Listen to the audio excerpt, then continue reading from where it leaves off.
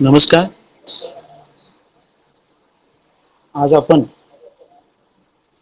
भाग एक या विषयाच्या शेवटच्या जात आहोत.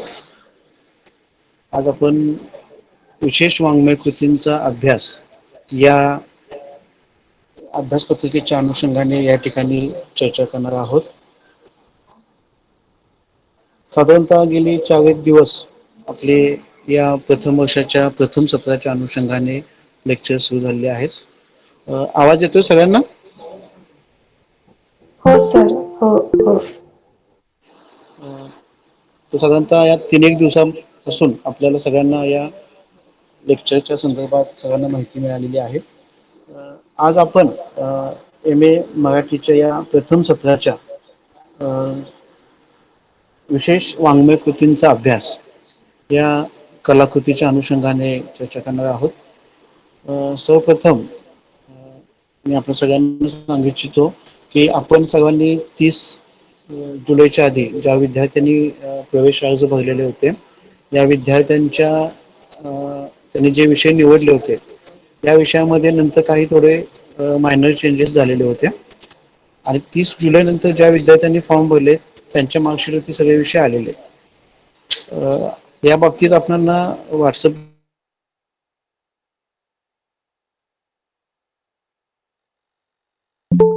आहे.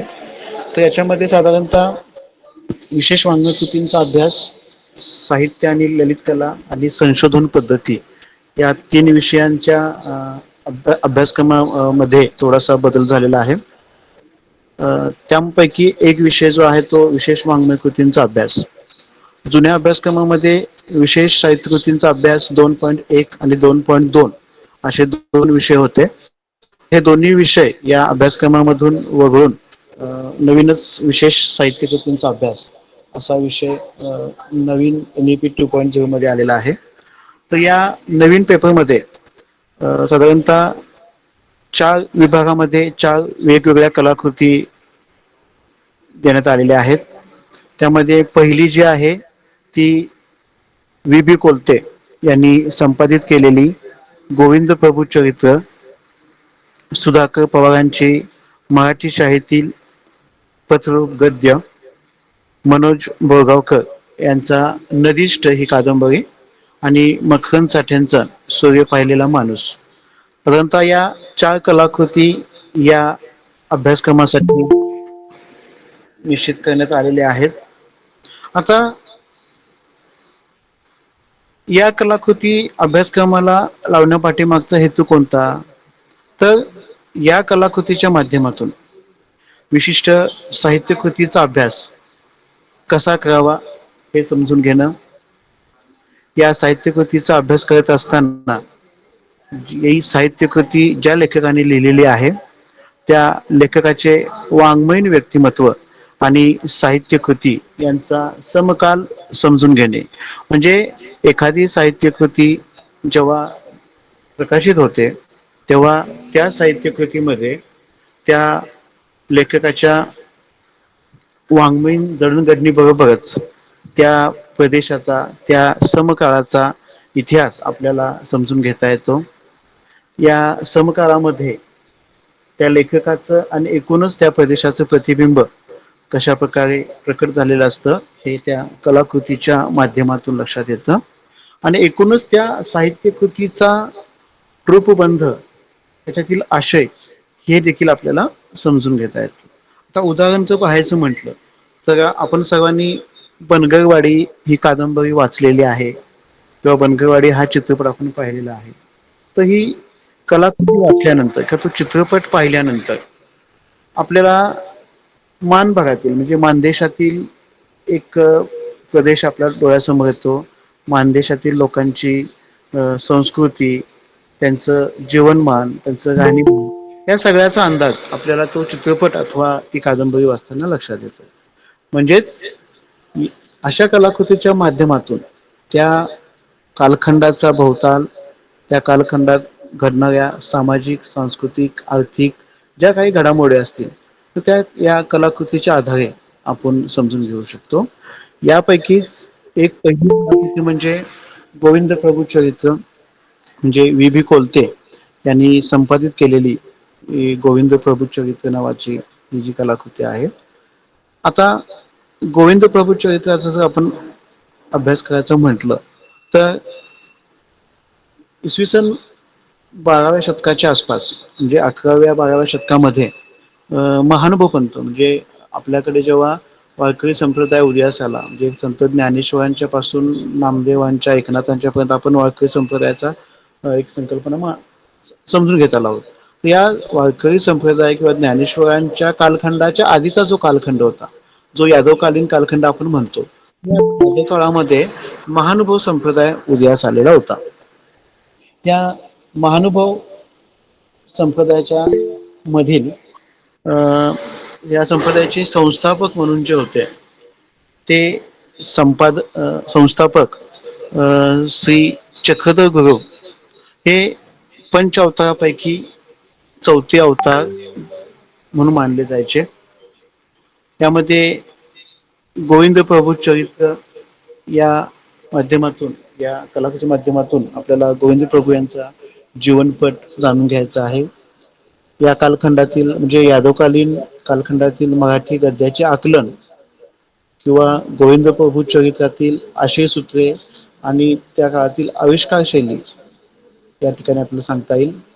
गोविंद प्रभू चरित्रातील यादवकालीन वऱ्हाडी भाषा आणि त्याची आविष्कार रूपे या अभ्यासक्रमाच्या माध्यमातून आपल्याला स्पष्ट होतील आणि गोविंद प्रभू चरित्राच्या अभ्यासाने महाराष्ट्रातील तत्कालीन राजकीय, सामाजिक, धार्मिक व ऐतिहासिक जीवन समजून घेण्यास आपणाला या ठिकाणी मदत होईल. आता हा महानुभव पंथ आहे हा महाराष्ट्रातील एक महत्त्वाचा संप्रदाय मानला जातो. साधारणतः 11व्या शतकामध्ये चक्रधर स्वामींनी स्थापन केलेला हा पंथ संपूर्ण महाराष्ट्रात पुढे प्रसारित झाला. श्री चक्रधरांची शिकवण ही सर्वसमावेशक अशी होती. एक 2 मिनिटं फक्त.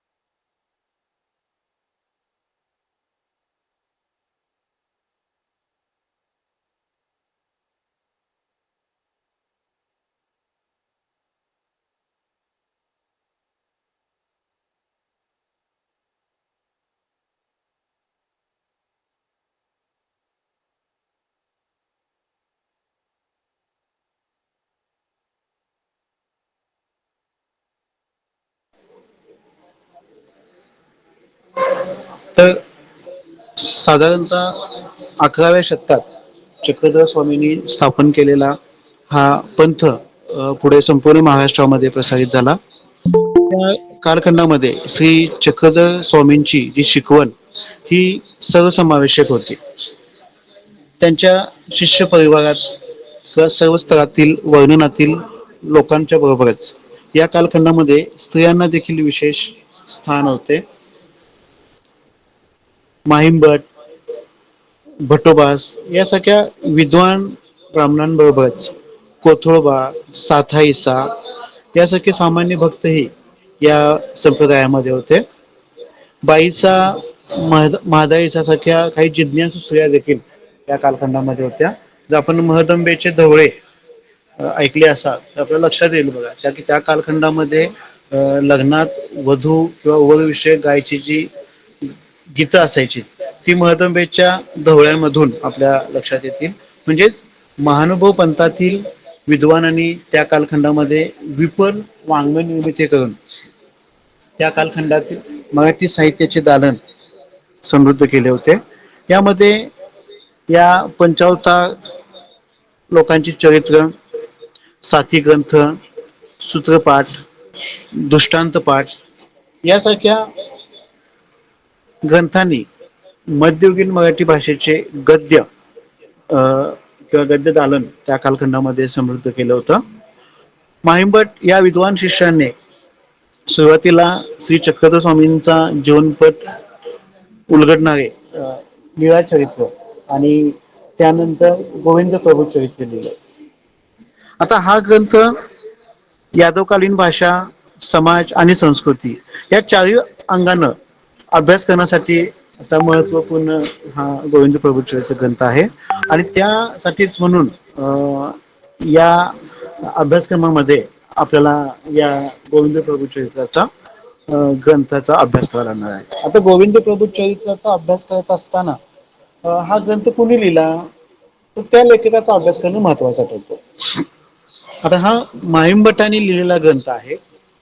त्या ग्रंथाचं संपादन नंतरच्या कालखंडामध्ये अलीकडच्या काळात विभी कोलतेंनी केलेलं आहे. तर या म्हाइंभटाचा जन्म हा साधारणतः सराळे या गावी त्या कालखंडात झालेला होता. महाराष्ट्रात 5 शास्त्राचा अभ्यास पूर्ण करून ते प्रभाकर नावाचे जे 6वे शास्त्र शिकण्यासाठी तेलंगणात गेले होते. तिथे अतिशय खडतर परीक्षा देऊन ते त्या कालखंडामध्ये पारंगत झाले होते. आणि जेव्हा ते महाराष्ट्रात परत आले तेव्हा आपल्या विद्वत्तेचा प्रचंड त्यांना गर्व झालेला होता. म्हणजे आपल्या इतका विद्वान कोणी नाही असा अहंभाव त्यांच्या ठायी निर्माण होऊन ते आपल्या हाती मशाल घेऊन चाललेले असायचे. म्हणजे त्या कालखंडामध्ये लिहिलेलं आहे की हातात मशाल घेऊन चालले आणि पायात गवताची वाकी बांधे. म्हणजे आकाशातला तो एक सूर्य आणि भोवतालचा मी एक ज्ञान सूर्य अशा प्रकारचा एक गर्व त्यांना आलेला होता. आणि तो आलेला गर्व पाहून त्यांना एका त्यांचे गुरु जे गणपत आपय्य होते त्यांनी हा गर्व पाहून त्या कालखंडामध्ये गोदावरी काठावर असलेल्या श्री चक्रधरांची भेट घेण्याचा सल्ला त्यांना दिला.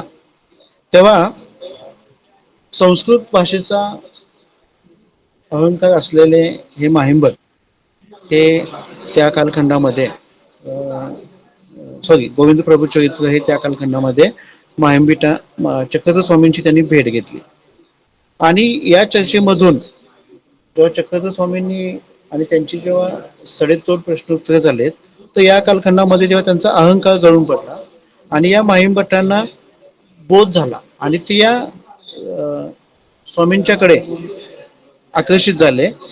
आणि त्यांच्यानंतर त्यांनी या गोविंद प्रभूंच्या वरती एक चरित्र लिहिलं. या म्हाइंभटांची गोविंद प्रभू आणि चक्रधर स्वामी या दोघांच्या वरती प्रचंड निष्ठा होती.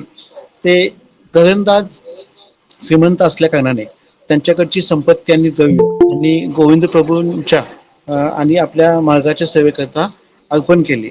आणि या प्रभूंविषयी त्यांना निष्ठा निर्माण झाली. आता जेव्हा त्यांनी हा ग्रंथ लिहिला, आता हा ग्रंथ लिहित असताना वस्तुतः महानुभव पंथात रिद्धिपूर लीला अथवा रिद्धपूर चरित्र या नावाने हा ग्रंथ प्रसिद्ध आहे. म्हणजे गोविंद प्रभू चरित्र हा जो ग्रंथ आहे तो महानुभव संप्रदायामध्ये रिद्धिपूर लीळा आणि रिद्धिपूर चरित्र. आता लीळा म्हणजे काय तर लीळा म्हणजे आठवण.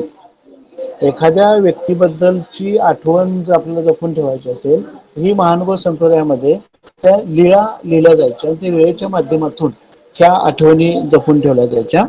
तर ज्या ठिकाणी चरित्र नायक त्या कालखंडामध्ये राहिले होते त्यावरून त्या ग्रंथाला नाव द्यायचे अशी महानुभव पंथीय लेखकांमध्ये पद्धत होती. जसे की श्री चक्रपाणींच्या चरित्राला द्वारावतीच्या लीळा आणि श्रीकृष्ण चरित्राला द्वापारीच्या वेळा असे संबोधले जात होते. म्हणजे आधुनिक काळात ही आचार्य महंतांचा उल्लेख करताना त्यांच्या नावाचा थेट उल्लेख न करता त्या महतांच्या रहिवासाच्या ठिकाणी जाऊन उल्लेख केला जायचा. म्हणजे आदरणीय श्रद्धेय पैठणचे बाबा किंवा अमरावतीचे बाबा असा जो आपण अलीकडच्या काळात उल्लेख करतो, तद्वतच गोविंद प्रभू चरित्राला माहिमभटाने रिद्धीपूर चरित्र असं संबोधलं जायचं. जेव्हा आपल्याकडे अलीकडच्या कालखंडामध्ये वि कोलते यांनी या ग्रंथातील विषयाला अनुलक्षून गोविंद प्रभू चरित्र हे नाव इष्ट समजून त्यांच्या लीळा निवडक लीळा या संपादित ग्रंथाच्या माध्यमातून त्यांनी लिहिला. आता या गोविंद प्रभू चरित्राचा जर आपण कालखंड बघितला किंवा या लेखकाविषयी बघितलं तर त्याच्यामध्ये देखील अनेक मतभेद किंवा वादविवाद पाहायला मिळतात. म्हणजे गोविंद प्रभू चरित्राच्या लेखकाविषयी खुद्द महानुभव ग्रंथात दोन उल्लेख आढळतात. पहिला जो आहे तो महानुभवांच्या इतिहास प्रकरणावरून ते माहिमभट्टांचे तर वृद्धाचारातील चार अन्वय स्थळावरून केशोबासाची वाटते. म्हणजे अर्थात हा ग्रंथ कोणी लिहिला, माहिमभट्टांनी लिहिला की केशोबासांनी लिहिला, याबद्दल अनेक मतमतांतरे आहेत. त्याच्यानंतर या कालखंडाचा या ग्रंथाचा कालखंड गोविंद प्रभू चरित्राची रचना ही साधारणतः गोविंद प्रभू चरित्र प्रभूंच्या निधनानंतर 6 महिन्यांनी झाली असं त्या स्मृतीस्थळातील नोंदवून वाटतं. म्हणजे जेव्हा गोविंद प्रभूंचं निधन झालं ते या महानुभव संप्रदायाच्या प्रवाहातून बाहेर गेले, तेव्हा या गोविंद प्रभूंच्या आठवणी म्हणून, जसं मग तुम्हाला म्हटलं की लीळा म्हणजे आठवण, तर या गोविंद प्रभूंची आठवण म्हणून त्यांच्या भक्तांनी या लीळा सांगितल्या आणि त्या माहिमभट्टांनी एकत्रित करून गोविंद प्रभूंच्या लीळा एकत्रित करून हे ग्रंथ लिहिलेला आपल्याला पाहायला मिळतो. आता या ग्रंथामध्ये गोविंद प्रभूंचे चरित्र असले तरी ते गोविंद प्रभूंच्या अनेक आख्यायिका आणि स्मृतीस्थळातील काही प्रसंग या ठिकाणी आपल्याला दिसतात. चक्रधर स्वामी असो किंवा गोविंद प्रभू चरित्र असो, हे त्या कालखंडामध्ये आपल्याला ईश्वरी अवतार म्हणायचे. तर त्यांच्याविषयी माहिमभट्टांनी ही ग्रंथ रचना केलेली आहे. या गोविंद प्रभूंच्या संबंधित अनेक आख्यायिका त्याही गुण वर्णन करणाऱ्या या ग्रंथामध्ये आलेल्या आहेत. म्हणजे इतरांच्या गाठीभेटी, दैनंदिन चमत्कार, हास्य विनोद, गोविंद प्रभू यांची भटकंती, भक्तांबरोबर असणारा संवाद आणि त्यांच्या प्रवासामध्ये आलेली स्थळ वर्णने, या सर्वांचे चित्रण या गोविंद प्रभू चरित्रामध्ये पाहायला मिळतात. म्हणजेच हा ग्रंथ एक प्रकारची गोविंद प्रभूंची दैनंदिनी होती. अर्थात चरित्र नायकाचा गौरव करणे हा उद्देश असल्या कारणाने या ग्रंथातून या चरित्र ग्रंथामध्ये नायकाचे दोष दर्शन यात आलेले दिसून येत नाहीत.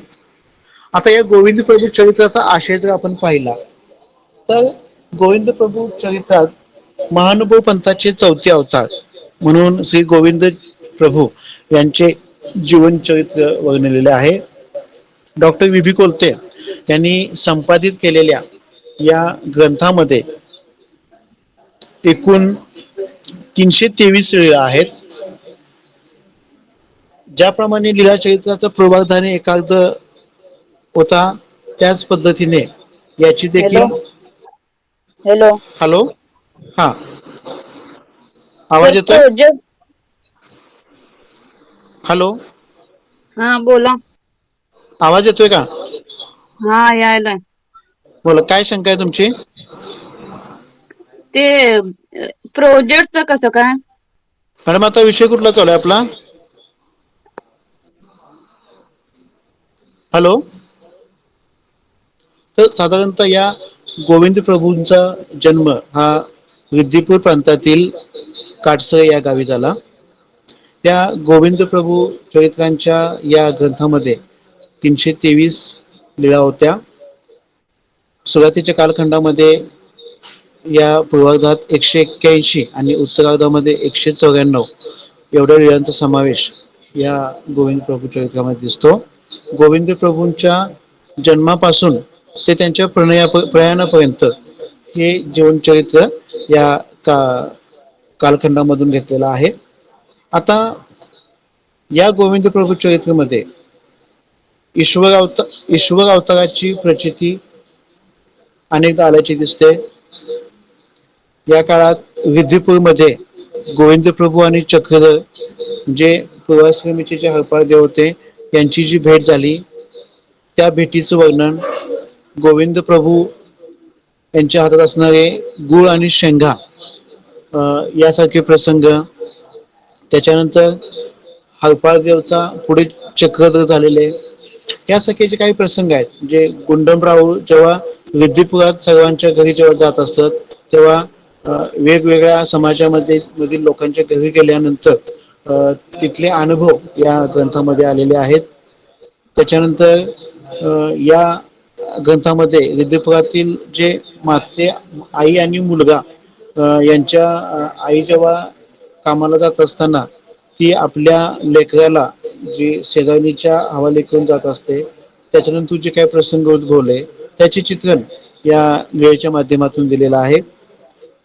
त्याच्यानंतर या कालखंडा ग्रंथामध्ये गोविंद प्रभू चरित्रांचं एकूण व्यक्तिमत्व आपल्याला पाहायला मिळतं.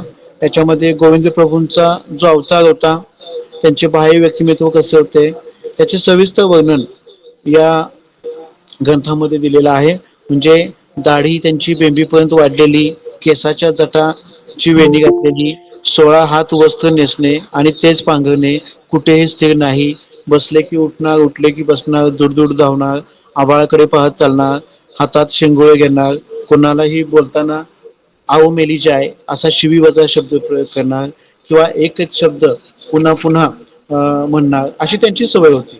म्हणजे या गोविंद प्रभूंची चरित्राच्या माध्यमातून त्यांच्या एकूण व्यक्तिमत्वाचा अभ्यास या ग्रंथामध्ये केलेला दिसतो. त्यांच्या खाण्यापिण्याची सवयी, त्यांचे जे बाह्य व्यक्तिमत्व आणि वेड्यापिशा गुणाखेरीज देखील त्यांच्या ठिकाणी असलेली मानवता, कोणाच्याही कामाला धावून जाण्याची त्यांची वृत्ती आणि एकूणच श्री प्रभूंच्या ठिकाणी असणारी कला, या सर्वांचं चित्रण या ग्रंथाच्या माध्यमातून तुला पाहायला मिळतं. गोविंद प्रभू चरित्राच्या माध्यमातून या कालखंडातील यादवकालीन सामाजिक परिस्थिती देखील आपल्याला पाहायला मिळतं. म्हणजे तत्कालीन सामाजिक परिस्थितीचे सुंदर प्रतिबिंब त्या ग्रंथाच्या माध्यमातून आपल्याला पाहायला मिळतं. म्हणजे त्या कालखंडामध्ये साजरे होणारे सण उत्सव, आहारातील पदार्थ, लग्नविधी, लोकांमधील असणारे संबंध, या सर्व बाबी या ग्रंथामध्ये विस्तृत प्रमाणे आलेल्या आहेत. म्हणजे शिमगा, श्रावणी, पोळा, भावे यासाठी जे काही सण असतील ते सण या ठिकाणी सणांची वर्णने पाहायला मिळतात. त्या काळच्या अंत्यविधीचे स्वरूप देखील या लिळामधून स्पष्ट होतं. म्हणजे श्रावण महिन्यात झाडाला येणारे आंबे झाडावरच वस्त्रांनी गुंडाळून ठेवीत, ही पद्धत त्या कालखंडामध्ये आपल्याला पाहायला मिळते. त्याचबरोबर त्या काळात जे काही असणारे आजार, त्याच्यावरचे उपचार हे देखील मनोरंजक पाहायला मिळतात. या 11व्या शतकापर्यंत त्या कालखंडामध्ये जे बहुजनांची असणारी घरे, त्याच्यानंतर श्रीप्रभूंच्या सर्व घरी व्यवनाने तंग होऊन असणारी त्या काळची सामाजिक परिस्थिती आणि आळजपूर, हितपूर यासारख्या मोठमोठ्या गावी त्या ठिकाणी केले जाणारे वेगवेगळे व्यवसाय, हे सगळ्यांचे चित्रण यामधून पाहायला मिळतं.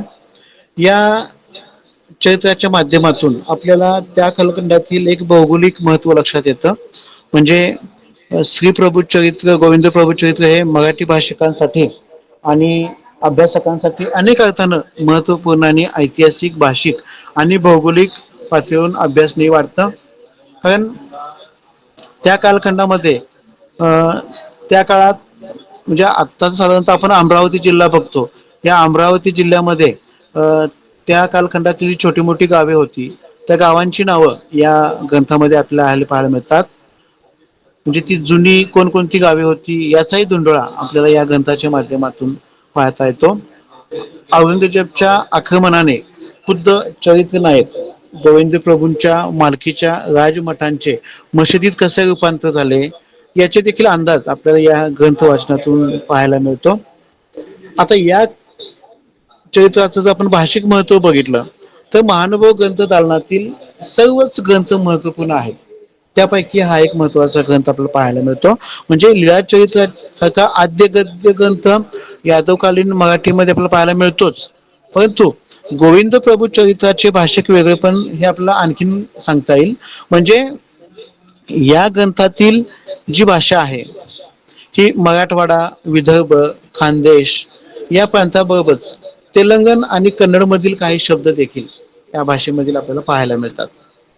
म्हणजे या ग्रंथात वऱ्हाडातील घरगुती प्रादेशिक शब्द विपुल प्रमाणात आलेले आहेत. यात आलेल्या काही शिव्यांचा उल्लेख देखील किंवा वाक्प्रचारांचा म्हणींचा देखील अर्थ या ग्रंथात दिलेला आहे. म्हणजे पान लागणे हा वाक्प्रचार या ग्रंथामध्ये दिसून येतो. आता पान लागणे म्हणजे काय तर साधारणतः आपण म्हणतो आपल्याकडे सर्पदंश होणे. तर अशा काही वाक्यप्रचार या ग्रंथामध्ये आपल्याला पाहायला मिळतात. तर साधारणतः या अशा पद्धतीनं या गोविंद प्रभू चरित्राचं वर्णन या पहिल्या घटकाच्या माध्यमातून दिलेला आहे. त्याच्यानंतर दुसरा जो घटक आहे तो मराठी शाळेतील पत्ररूप गद्य म्हणून.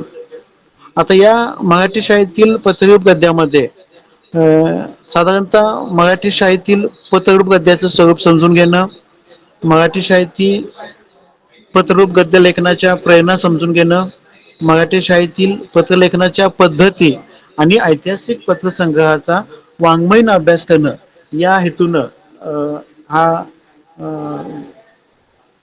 ग्रंथ आपल्याला या अभ्यासक्रमाला लावलेला आहे. आता मराठी गद्याची परंपरा आपण बघितलेली आहे ती फार समृद्ध आहे.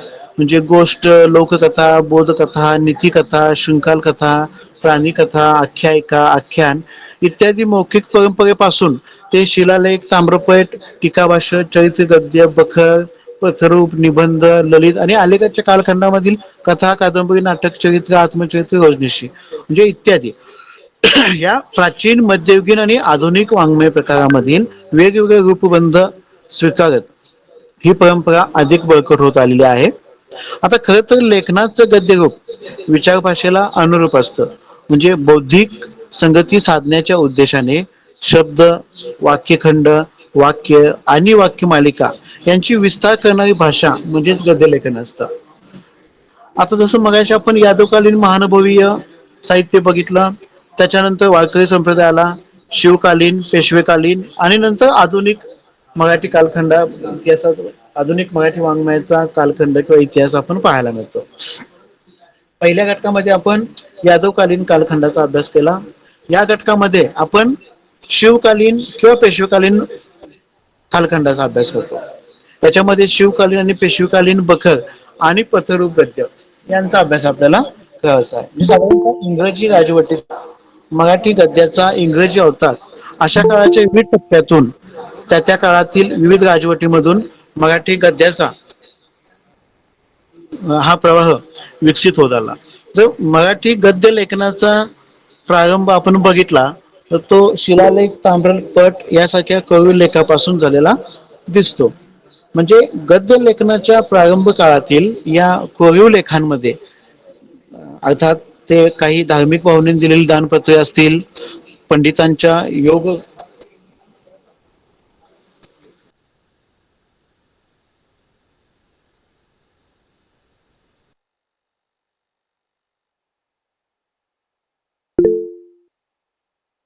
तर साधारणतः ही जी धार्मिक भावनेने दिलेली दानपत्रे असतील, पंडितांच्या योगमोक्षात दिलेली ताम्रपट असेल, विजयाचे स्मारक स्तंभ असेल किंवा धारातीर्थ पडलेल्या वीरांच्या स्मृतिशिला या सर्वांचा समावेश या ताम्रपट किंवा शिलालेखामधून आपल्याला पाहायला मिळतो. साधारणतः शके 961च्या सुमारास श्रीपती भट्ट यांनी ज्योतिष रत्नमाला हा पहिला मराठीतील टीकात्मक ग्रंथ लिहिलेला दिसून येतो. यामध्ये आता आपल्याला दैनंदिन जीवनात उपयुक्त ठरणारे शास्त्र लोकांना त्यांच्या भाषेत समजावून घेता यावे या ही सुरुवातीच्या मराठी टीकात्मक गद्य लेखनामागील एक महत्वाची प्रेरणा होती. आता हा टीका ग्रंथ प्राचीन मराठी साहित्यात विकास पावलेल्या टीका भाष्य पद्धतीचे गद्य ग्रंथ, अध्यात्मपर स्वतंत्र ग्रंथ कथाप्रधान साहित्य या गद्य लेखन प्रवृत्तींच्या उगमस्थानी असल्याचं श्रीराम कुलकर्णी म्हणतात. म्हणजे यापैकी टीका भाषात्मक जे गद्याच आहे ते मराठी गद्याची एक पंडिती परंपरा संबोधतात. कोरीव लेखांपासून सुरू झालेली ही गद्यलेख किंवा गद्यरूप लेखन प्रवाहाची गंगोत्री अनेक लहान मोठ्या प्रवाहांना सामावून घेत अनेकविध रूपांमधून आविष्कृत होत आली आहे.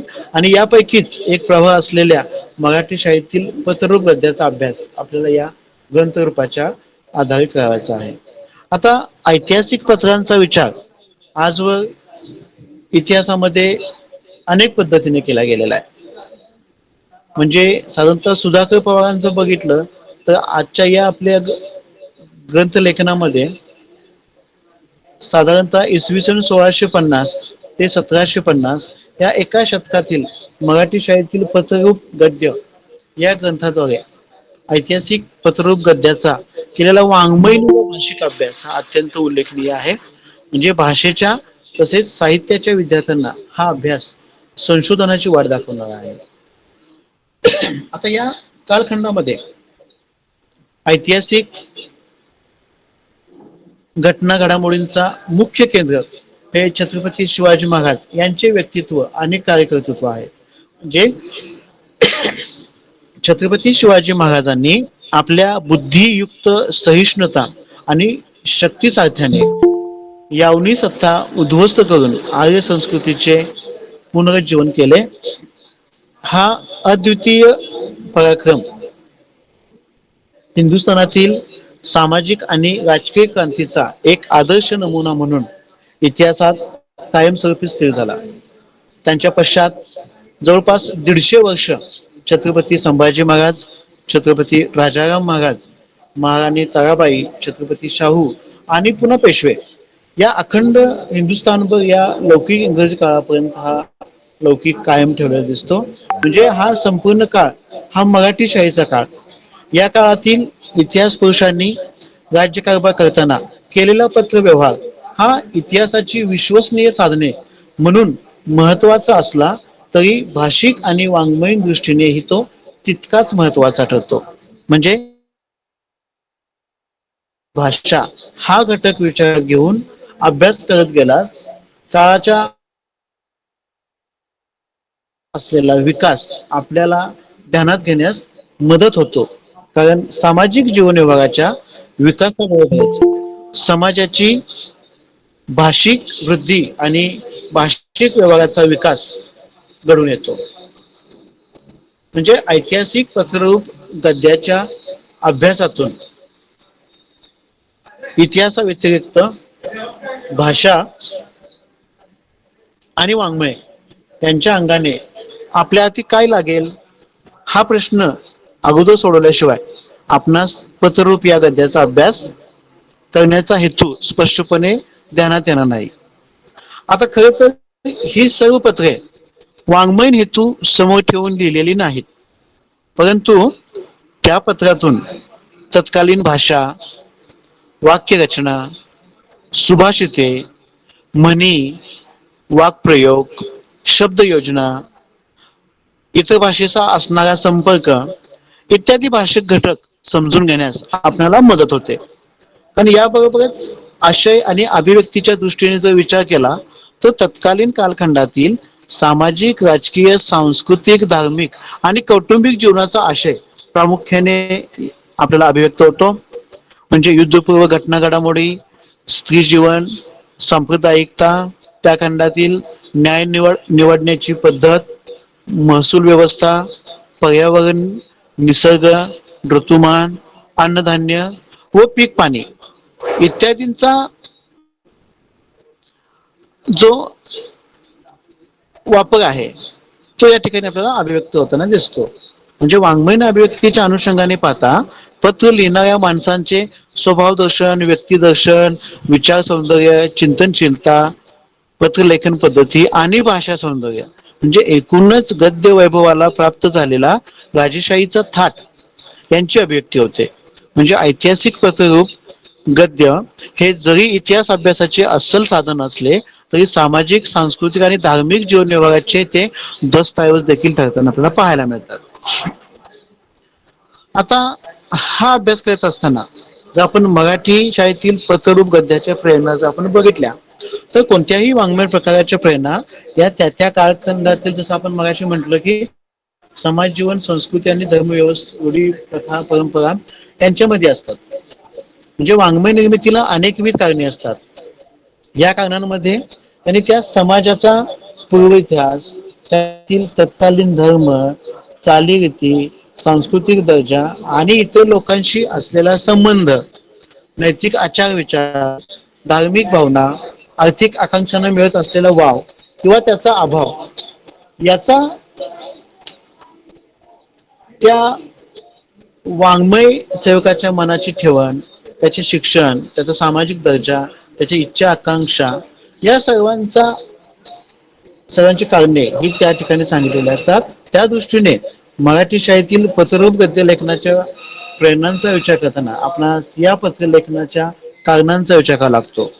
म्हणजे नवी माहिती, नव्या ज्ञानाचे साधन, व्यापार उद्योग वृद्धिंगत करणं, परस्पर स्नेह वाढवणं, सहानुभूतीचा निरोप देणं, दुरावलेली मन साधणं, एकाकी जीवनातील दिलासा, प्रादेशिक स्नेहभाव टिकवणं, सामाजिक शांती आणि सदिच्छा उद्भिंगत करणं इत्यादी या पत्रलेखनाची कारण परंपरा आपल्याला सांगता येते. आता जर आपण अलीकडच्या कालखंडामधील विचार केला तर आपण एकमेकांच्या भावना, वेदना, व्यथा समजून घेत असेल तर त्यासाठी काय वापर करतो, तर आज आपण मोबाईलच्या माध्यमातून, टेलिफोनच्या माध्यमातून, ईमेलच्या माध्यमातून आपण कम्युनिकेशन करत असतो. म्हणजे समोरच्या व्यक्तीच्या काय त्याच्या अडी अडचणी असतील, त्याच्या सुखादुखामध्ये आपण जेव्हा सामील होत असतो तर ते सामील होण्यासाठी आपण संवाद साधत असतो. हा संवाद साधताना अनेक वेगवेगळ्या माध्यमांचा उपयोग करत असतो. त्याच्याशी प्रत्यक्ष जाऊन आपण भेटत असतो. मोबाईलच्या तर या संवादाच्या माध्यमातून आपण लोकांशी भेटत असतो, आपल्या नातेवाईकांशी भेटत असतो, मित्रमैत्रिणींशी भेटत असतो. ते संवादाचे माध्यम हे आधुनिक कालखंडामध्ये हे वेगवेगळ्या प्रकारचं प्रत्यक्ष संवाद असेल, दूरध्वनीद्वारे असेल, ईमेलद्वारे असेल किंवा अलीकडच्या व्हॉट्सअप किंवा इन्स्टा किंवा फेसबुक या माध्यमातून आपण हे कम्युनिकेशन करत असतो.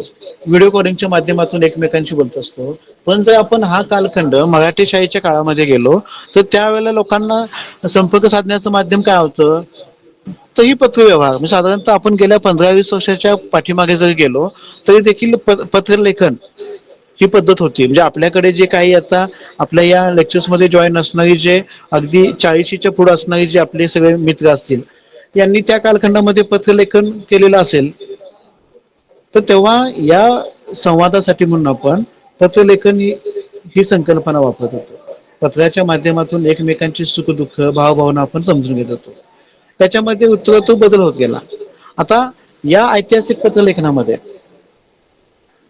जर आपण बघितलं तर त्या मराठी शाळेतील पत्रलेखनामध्ये ही त्या कालखंडाची परंपरा वेगळी होती. म्हणजे शिवाजी महाराजांनी लिहिलेल्या पत्रांच्या आधारे ऐतिहासिक पत्रलेखनाची पद्धत जर समजून घ्यायची असेल तर ते पत्र लिहिण्यापूर्वी शुभसूचक चिन्ह व अक्षर त्या कालखंडामध्ये लिहिलं जायचं. म्हणजे जसं आपण अलीकडच्या कालखंडामध्ये बघा तुम्ही, जर एखादी लग्नपत्रिका आपण घरी आणली, आपल्या घरी आपल्या जवळच्या नातेवाईकाचं किंवा आपल्या घरातल्या कोणाच्या जवळची व्यक्ती जेव्हा लग्न असतं तेव्हा जेव्हा ती लग्नपत्रिका असते जी आपण इतर लोकांना वाटतो तेव्हा त्याच्यावरती आपण हळदी कुंकवानं ते स्वस्तिकचं चिन्ह काढून मग त्यांना देत असतो. तसं त्या कालखंडामध्ये एखादं पत्र लिहित असेल तर पत्र लिहिण्यापूर्वी शुभसूचक चिन्ह व अक्षर लिहिलं जायचं. म्हणजे ज्या व्यक्तीला ते पत्र लिहायचं आहे त्याचा दर्जा आणि त्याच्या मानानुसार त्याचा एक मायना ठरलेला असायचा. म्हणजे प्रास्ताविकाचा भाग, त्यातला मजकूर, अखेरची समाप्तीदर्शक वाक्य किंवा त्याच्या मर्यादा, त्यामधील सूचक संदेश, तिथली मुद्रा इत्यादी मुद्द्यांच्या आधारे छत्रपती शिवरायांनी पत्रलेखनातून वापरलेले मायने, पत्रारंभ आणि शिक्का मार्तबाची पद्धत यांचा विचार आपल्याला करता येऊ शकतो. आता ही पत्रे त्या कालखंडामध्ये मोडी भाषेत लिहावी लागत असल्याने प्रथम रेघ ओढावी लागे. रेघ पत्रावर कशी व कोणत्या ठिकाणी काढावी याविषयीचं विवेचन विका राजवाड्यांनी त्या शिवकालीन लेखन प्रशस्ती या ग्रंथामध्ये केलेलं आपल्याला पाहायला मिळतं. म्हणजे कोणाला पत्र लिहायचं आणि किती रेषा काढून मान द्यावा याचा तपशील आपल्याला या ठिकाणी पाहायला मिळतो. म्हणजे श्रीकाराच्या खालील पहिली ओळ 15 प्रकारे काढली जाईल. कागदाची घडी घालून पाडल्या जाणाऱ्या रकान्यावरून ते प्रकार ठरवत. म्हणजे सबंध रेख, दफे रेख म्हणजे पहिल्या रकान्यात एक अक्षराची कोरी जागा, 2 अक्षरांची कोरी जागा, 3 अक्षरांची कोरी जागा, 4 अक्षरांची कोरी जागा, पहिल्या 2 रकान्यांपुरती रेख, पुढे कोरी जागा, तिसऱ्या व चौथ्या रकान्यांपुरती रेख, म्हणजे असे जे काही 15-16 प्रकार होते, ही सगळी माहिती आपल्याला या पत्रलेखनाच्या माध्यमातून पाहायला मिळते. आणि या पत्रलेखनामध्ये तत्कालीन लेखनासाठी शाई कशी तयार केली जात होती हा एक उत्सुकतेचा विषय होता. म्हणजे नाचण्याची शाई करून त्यात काजळाने घोटून शाई तयार केली जात असे. म्हणजे या शाईच्या वेगवेगळे प्रकार या कालखंडामध्ये आपल्याला पाहायला मिळतात. तर या छत्रपती शिवाजी महाराजांच्या या पत्रलेखनाच्या कालखंडामध्ये या ऐतिहासिक पत्रांचा अभ्यास करताना पत्राची ओळख पटवण्यासाठी, त्याची सत्यता पडताळणीसाठी त्यावेळी शिक्का व मौतब या 2 घटकांना विशेष महत्व असायचे. शिक्का म्हणजे नाममुद्रा आणि मौतब म्हणजे मर्यादा मुद्रा असे शब्द या पत्रलेखनामध्ये वापरले जायचे. पत्र संपले तेथेच महत्वाचा ठसा उमटवला जात असे. त्याचा अर्थ पत्र पुरे झाले असा होईल. काही वेळा शिक्का शब्दातच महत्वाचा अर्थ धरल्याचे आपल्याला आढळते.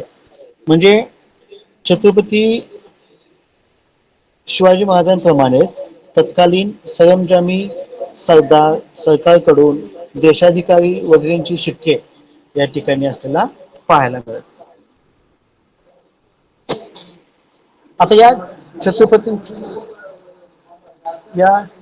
छत्रपतींची नाममुद्रा जर आपण या ग्रंथामध्ये बघितली तर छत्रपती शिवरायांच्या पत्रांचा विचार करताना त्यांच्या नाममुद्रेचा मराठी शाळेच्या इतिहासात एकूण जे काही छत्रपती होऊन गेले त्या सगळ्यांच्या मुद्रांचा आढावा या पत्रलेखन मराठी शाळेतील पत्रलेखन पद्धतीमध्ये केला आहे. साधारणतः 100 वर्षाचा इतिहास या पत्रलेखनामध्ये आहे.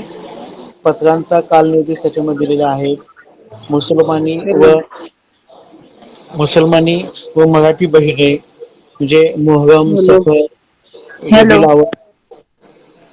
हा मॅडम, तुमच्या काय शंका आहेत?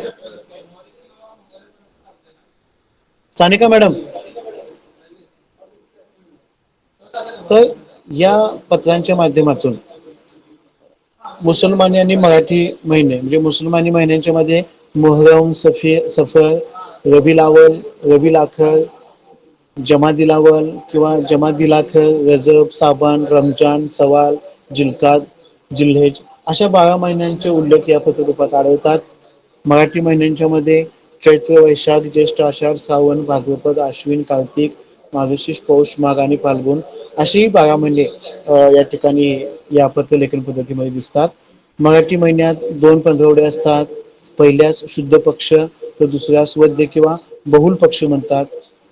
प्रत्येक महिने पक्षात 15 तिथी, 15 तिथीच्या पौर्णिमा, अमावस्या या सर्वांचं चित्रण या मराठी शाळेतील पत्ररूपामध्ये पाहायला मिळतं.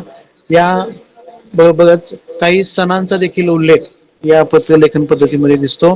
याच्यामध्ये साधारणतः ईद, इसने, सलास, अरबा, खमस यासारखे जे काही सण आहेत त्याचा उल्लेख या ठिकाणी येतो. काही सणावळ्या देखील या ग्रंथामध्ये पाहायला मिळतात. याच्यामध्ये काही आठवड्याचे जे वार आहेत त्या वारांचा देखील उल्लेख म्हणजे रविवाराला आदित्य वार म्हणतात, सोमवाराला चंद्रवार, मंगळवारला भोमवार, बुधवारला सौम्यवार, गुरुवारला बृहस्पतिवार, शुक्रवारला भृगुवार आणि शनिवारला स्थिरवार किंवा मंदवार असे जे काही वारांची जुनी नावे आहेत ती जुनी नावे या मराठी शाळेतील पत्ररूपामध्ये पाहायला मिळतात. छत्रपती शिवाजी महाराजांच्या पत्रांची मायने आणि एकूणच त्या पत्रांचा जो असणारा शेवट या सर्वांचं चित्रण या ठिकाणी पाहायला मिळतात. पत्रलेखक आणि पत्रलेखनिक यांचे चित्रण, पुन्हा छत्रपती शिवाजी महाराजांच्या पत्रांमधील आशय आणि अभिव्यक्तीचा उल्लेख या मराठी साहित्य पत्रकामध्ये पाहायला मिळतो. त्याच्यामध्ये असणारे जे राजकीय जीवन असेल, राजकीय जीवनानंतर समाज जीवन असेल, समाज जीवनामध्ये आलेले या सामाजिक चालीरीतींच जे संस्कृती आचार विचारांचा प्रकार त्या ठिकाणी पाहायला मिळतो. त्याच्यानंतर धार्मिक जीवनाचा उल्लेख आलेला आहे, सांस्कृतिक जीवनाचा उल्लेख आलेला आहे. त्याचबरोबर पर्यावरण आणि ऋतूवर्णनाचं चित्रण, कौटुंबिक जीवन आणि एकूणच या पथकामधील असणारी अभिव्यक्ती विशेष, ज्याच्यामध्ये विचार सौंदर्य असेल किंवा चिंतनशीलता असेल, पत्रातून व्यक्त होणारे भावना सौंदर्य असेल, भाषा सौंदर्य असेल, या सर्वांचं चित्रण या मराठी शाळेतील पद्यरूप गद्यामध्ये केलेलं आहे. साधारणतः 1650 ते 1750 या 100 वर्षाच्या कालखंडामध्ये प्रकाशित झालेल्या पत्रांचा उल्लेख या ग्रंथाच्या माध्यमातून केलेला आहे. साधारणतः हे दुसऱ्या प्रकरणामध्ये, म्हणजे पहिल्या प्रकरणामध्ये महानुभव संप्रदायातील गोविंद प्रभू चरित्र, दुसऱ्या प्रकरणामध्ये मराठी शाळेतील पत्ररूपे आणि तिसऱ्या घटकामध्ये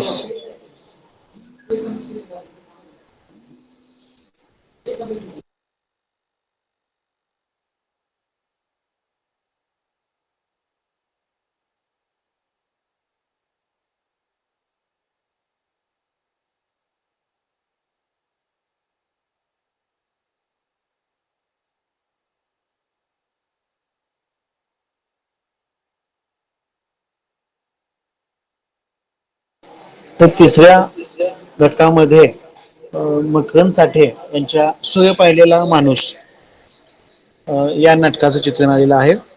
आता तिसऱ्या घटकांमध्ये मकरंद साठे यांनी लिहिलेल्या सूर्य पाहिलेला माणूस या नाटकाची संरचना लक्षात घेता येते. सूर्य पाहिलेला माणूस या नाटकाची वर्तमान काळातील प्रस्तुतता, सत्यनिष्ठा, सदवर्तन, सदाचार, वस्तुनिष्ठा आणि जबाबदार नागरिकत्व या घटकांची मानवी जीवनातील उपयुक्तता विचारात घेता येते.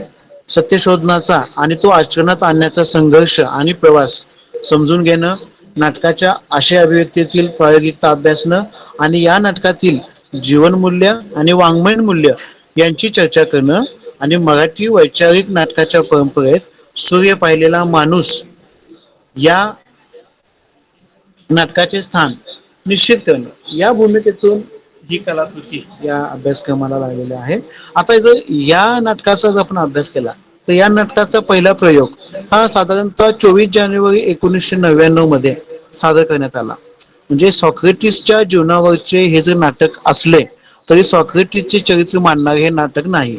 आणि या नाटकात सॉक्रेटिसने मांडलेली कालातीत तत्वे पुन्हा उच्चारली गेली.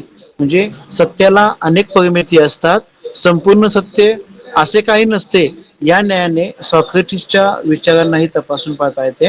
म्हणजे आज जगण्याच्या चौकटीत जी लाजिरवाणी स्थिती सहन करावी लागते, सॉक्रेटिसचे सत्य, सदाचरण, सविनय, कायदेभंग आणि मानवीय प्रश्नांचा शोध ही तत्वे कसे रूपे धारण करतात ते पाहता येतात. म्हणजे या नाटकाच्या निर्मितीबद्दल नाटकवाल्यांचे प्रयोग या ग्रंथात अतुल पेटे लिहितात की हे नाटक करताना मनाशी तत्वाचे आचरण करून नैतिकदृष्ट्या जीवनातील प्रश्नांशी लढाई करणारा कुणीही कार्यकर्ता समोर होता. या काळात बाबरी मशीद, मुंबई बॉम्बस्फोट, नर्मदा आंदोलन, भ्रष्ट मंत्र्याविरुद्धचे अण्णा हजारे यांचे आंदोलन यासारखे अनेक प्रश्न ऐरणीवर होते. संपूर्ण सामाजिक अवस्था काळवंडलेली होती. बेकारी, बालमजुरी, शेतकऱ्यांच्या आत्महत्या, उदारीकरण, जागतिकीकरण अशी घोंगावत येणारी वादळे होती. अशा अवस्थेत सॉक्रेटिसकडे परत जावे असे वाटून या नाटकाची निर्मिती झाल्याचे अतुल पेटे सांगतात. म्हणजे कुठल्याही अंधार कालखंडात मी या अवस्थेत कसा जगू हा प्रश्न संवेदनशील माणसाला पडतो. असा माणूस कायम एकटा आणि एकाकी असतो. म्हणजे आजूबाजूच्या भ्रष्ट परिस्थितीमध्ये त्याची घुसमट होते. तो माणूस काही बोलू पाहतो, समजावू पाहतो, तत्वाला घट्ट चिटकून राहणे ही त्याची प्रतिज्ञा असते. तो तसाच जगतो आणि मरतो देखील. म्हणजे सॉक्रेटिस एखाद्या सुस्त बैलासारखा असतो. त्याला जागे ठेवण्याकरिता गोचिडाची आवश्यकता असते. म्हणजेच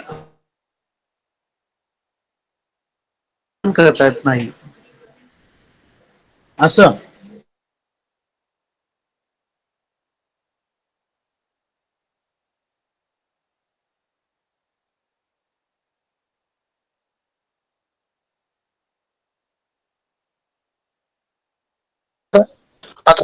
हे नाटक समजून घेण्यापूर्वी नव्वदोत्तर सामाजिक आणि सांस्कृतिक परिस्थिती लक्षात घेणं आवश्यक आहे. म्हणजे बघा, मगाशी दोन कलाकृतीबद्दल तुम्हाला सांगितलं की या विशेष वाङ्मय कृतींचा अभ्यास या कलाकृतीच्या माध्यमातून, ज्या कलाकृती अभ्यासक्रमाला लावलेल्या आहेत त्या कलाकृतीच्या माध्यमातून आपल्याला त्या त्या कालखंडाचा अवकाश, त्या त्या कालखंडामध्ये घडणाऱ्या घडामोडी, सामाजिक सांस्कृतिक जे बदल आहेत हे आपल्याला समजून घ्यायचं आहे. जसं आपण महानुभव संप्रदायाच्या माध्यमातून गोविंद प्रभू चरित्राचा अभ्यास केला, मराठी शाही पत्ररूपाच्या माध्यमातून पेशवेकालीन आणि मराठी शाहीतील कालखंडाचा अभ्यास केला, तसा सूर्य पाहिलेला माणूस या नाटकाच्या माध्यमातून आपल्याला नव्वदोत्तरी सामाजिक सांस्कृतिक परिस्थिती लक्षात घेणं आवश्यक आहे.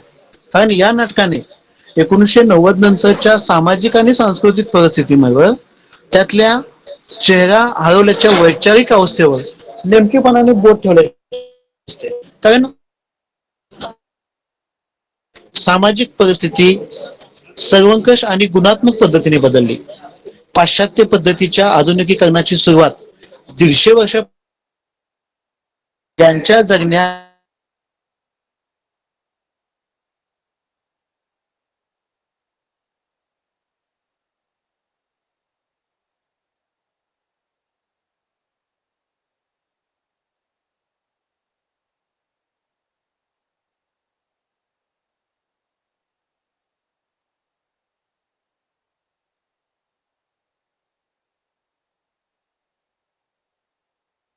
स्वातंत्र्य, समता या गोष्टी उत्तर भांडवलशाहीच्या काळात कुचकामी व्हाव्या इतकी सामाजिक विघटनाची प्रक्रिया फोफावली. म्हणजे माणूस एकाकीरित्या झाला, त्याला वाईटांचे वैषम्य मिळवले नाही, उलट वाईटाचा उत्सव सुरू झाला.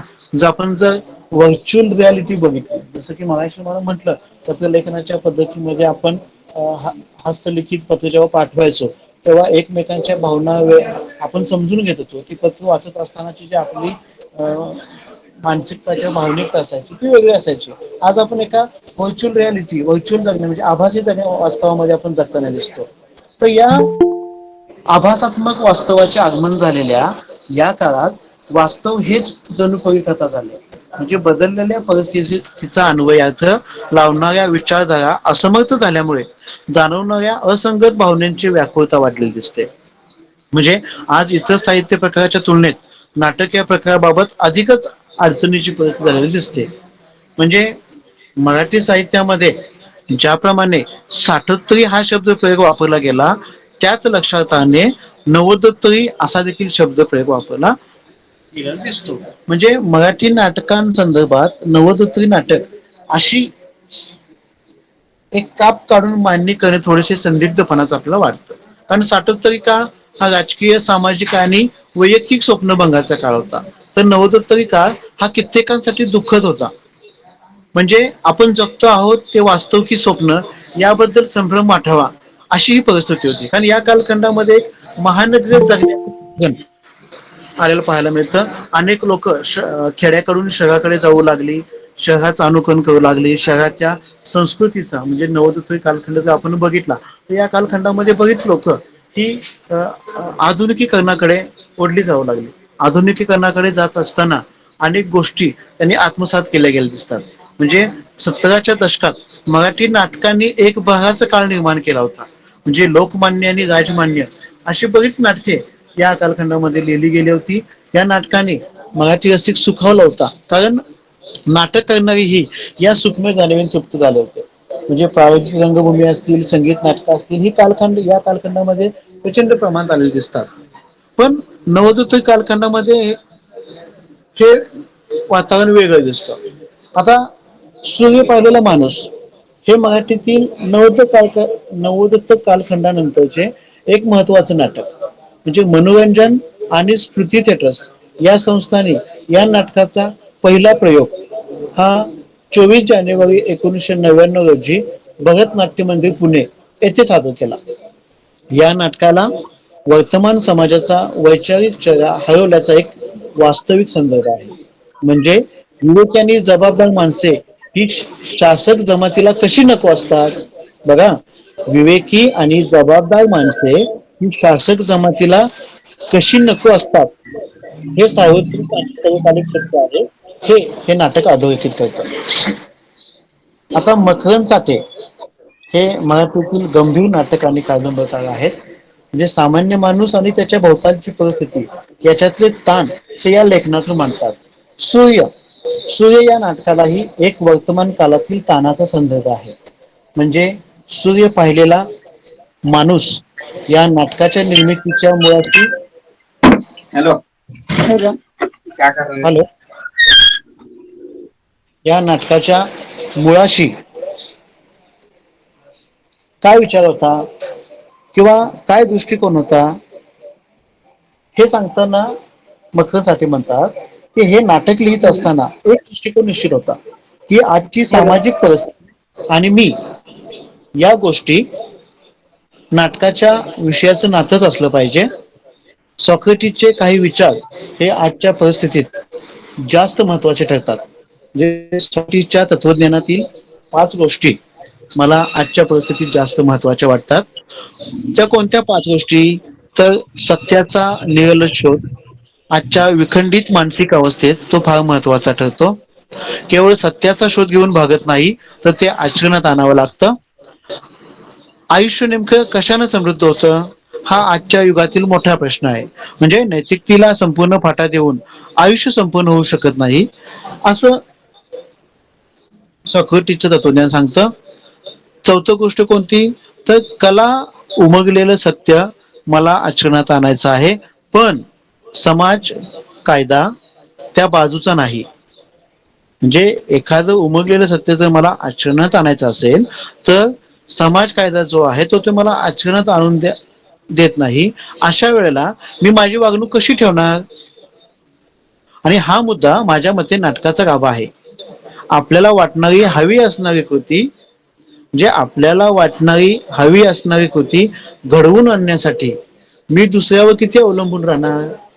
आपण प्रत्येक जण दुसऱ्यावर जबाबदारी ढकलत एखादी गोष्ट करावी अशी आपली अपेक्षा असते. असं न करता ही गोष्ट मी करीन इतका बदल झाला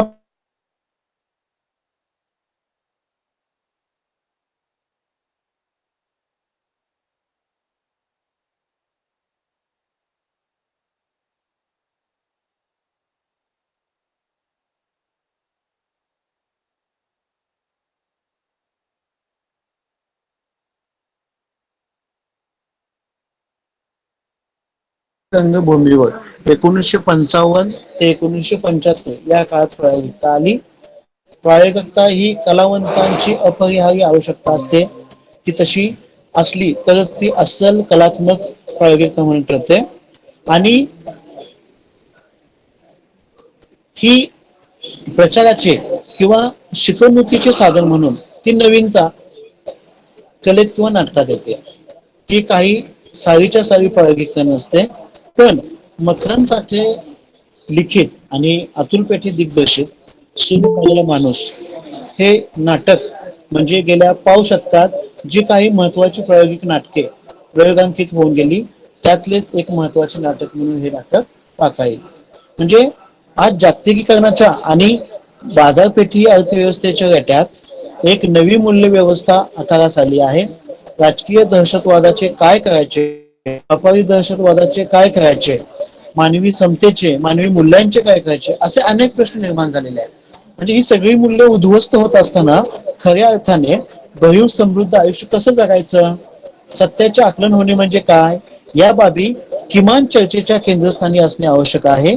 या दृष्टीने मराठी रंगभूमीकडे पाहता काही महत्वाची नाटके समोर येतात आणि त्यापैकीच एक महत्वाचं नाटक म्हणून हे सूर्य पाहिलेला माणूस हे नाटक आपण पाहू शकतो. म्हणजे आपल्यावर झालेल्या अन्यायाची कल्पना असूनही आणि पळून जाण्याचे मार्ग उपलब्ध असूनही तत्वाकरिता आणि जीवनभर ज्या सत्याचा आग्रह धरला त्या सत्याकरता सॉक्रेटिसने वीरमरण पत्करले. सत्याग्रही सॉक्रेटिसचे वीरमरण या आपल्या पुस्तिकेत एका ठिकाणी वसंत पर्शिकर म्हणतात की सॉक्रेटिसकडे केवळ एक थोर तत्वज्ञ पाश्चिमात्य तत्वज्ञान परंपरेची गंगोत्री म्हणून न पाहता इतिहासातला आद्य सत्याग्रही वीर पुरुष म्हणून पाहणे उद्बोधक आणि वेळ ठरेल. कारण एकदा सत्य म्हणजे काय हे समजल्यावर ते आचरणात आणण्याचे अवघड असते, पण ते आणायचे या निश्चयाने सॉक्रेटिस वागला. तत्कालीन परिस्थिती आणि आत्ताची परिस्थिती या अनेक साम्य आहेत, म्हणून हे नाटक या ठिकाणी महत्वाचं ठरतं. आता या नाटकाची जर आपण संरचना बघितली तर सूर्य पाहिलेलं नाटक या नाटकाच्या पहिल्या अंकात जो आपण पडदा उघडताच रंगमंचावर 3 व्यक्ती दिसतात. मागील पडद्यावर वेगळ्याच सावल्या आहेत. एखाद्या तापदायक वादविवादानंतर यावी तशी शांतता आहे. व्यक्ती 2 किंवा व्यक्ती 3 अस्वस्थ आहेत. व्यक्ती 1 मात्र अत्यंत शांत आणि आरामात आहे. सुरुवातीला हे व्यक्ती गुहेत असल्याचा भास होतो. ते आत चर्चा करीत आहेत. एखाद्या व्यक्तीची शांत असणे हा कसा राजकीय पवित्र असतो याविषयी चर्चा सुरू आहे. व्यक्ती 3 नंबरचा व्यक्ती आहे हा वैतागलेला असून त्याच्या चेहऱ्यावर दिवणाऱ्या मानसिक वेदना त्याला असह्य होत आहेत. तेवढ्यात एक माणूस धडपडत आत येतो. डोळे दिपल्यासारखा तो आंधळा आहे. तिघेही त्याच्याकडे धावतात, त्याला सावरून बसवतात, पण तो काहीच बोलत नाही. हा व्यक्ती जी जागा गुहेची आहे या जागेत जास्त कोणी येत नाही. अशा चर्चेत करीत असतानाच सॉक्रेटिस हा प्रवेश करतो आणि त्याच्यासोबत इथेही 4 माणसे येतात. अशा निवेदनाने संवादाने हे नाटक सुरू होते. या नाटकाच्या माध्यमातून सॉक्रेटिस आणि सॉक्रेटिसची तत्वे समोर ठेवून या अनुषंगाने सॉक्रेटिसच्या अनुषंगाने तत्कालीन या आताच्या नव्वदनंतरच्या कालखंडामध्ये जे काही सामाजिक धार्मिक आर्थिक जे उतार झालेत त्याच्या अनुषंगाने हे नाटक चर्चा करताना दिसतं. त्याच्यानंतर एकूण 3 अंकामध्ये हे नाटक आलेलं दिसतं. याच्यामध्ये जी पात्र रचना केलेली दिसते ती पात्र रचना वेगवेगळ्या भूमिका वठवणारे आहेत. म्हणजे गुहेतील माणसे हे सर्वाधिक प्रातिनिधिक चित्रण आहे. ही पात्र माणसांच्या गोंधळलेल्या अवस्थेचे चित्रण करतात. म्हणजे क्रीडो, फिडो, प्लेटो ही सॉक्रेटिसची शिष्यमंडळी असून ते सॉक्रेटिसचे तत्वज्ञान आणि मांडणी लक्षात घेऊन समाजापर्यंत पोहोचवत आहेत. पहिल्या अंकामध्ये जी गुहा दिसते ही गुहा आणि सॉक्रेटिस हे एकमेकांना समर्थ उदाहरण म्हणून येतं. कुठल्याही काळातल्या तीव्र मान असणाऱ्या व्यक्तींना त्या कालखंडात जगायचं कसं किंवा रात्रंदिन आम्हा युद्धाचा प्रसंग कसा वाटत असतो अशी वाटणारी 4 माणसे मकरंद साठे यांच्या या गुहेतल्या अंधकारमय परिस्थितीमध्ये उभी आलेली दिसतात. आणि सॉक्रेटिसच्या नैतिक आचरणाचे दर्शन त्यांना घडवले दिसते. ही परिस्थिती मांडत असताना मकरंद साठे आणि दिग्दर्शक म्हणून अतुल पेठे यांना अनेक जटिल समस्यांना आणि प्रक्रियांना सामोरं जावं दिसते. या नाटकातील झांटिपी या पत्राकडे जर पाहिलं तर अथेन्स मधील संपूर्ण मानसिकता किंवा परिस्थिती ही जशीच्या तशी आज मान्यच करता येऊ शकत नाही. म्हणजे गुलामांपेक्षाही कमी स्थान असलेल्या समाजातील स्त्रीकडे आज आपण तसे पाहू शकणार नाही. त्यामुळे स्त्री चित्रण त्या कालखंडातील स्त्री चित्रणाचे दर्शन या नाटकामध्ये पाहायला मिळतं. सॉक्रेटिस या ऐतिहासिक व्यक्तिरेखेवर मकरंद साठे यांनी हे प्रथमच नाटक लिहिलं. त्यामुळे त्यांच्या मते हा एक वेगळा प्रयोग त्यांनी केलेला दिसतो. सूर्य पाहणे तसे सोपे नसते.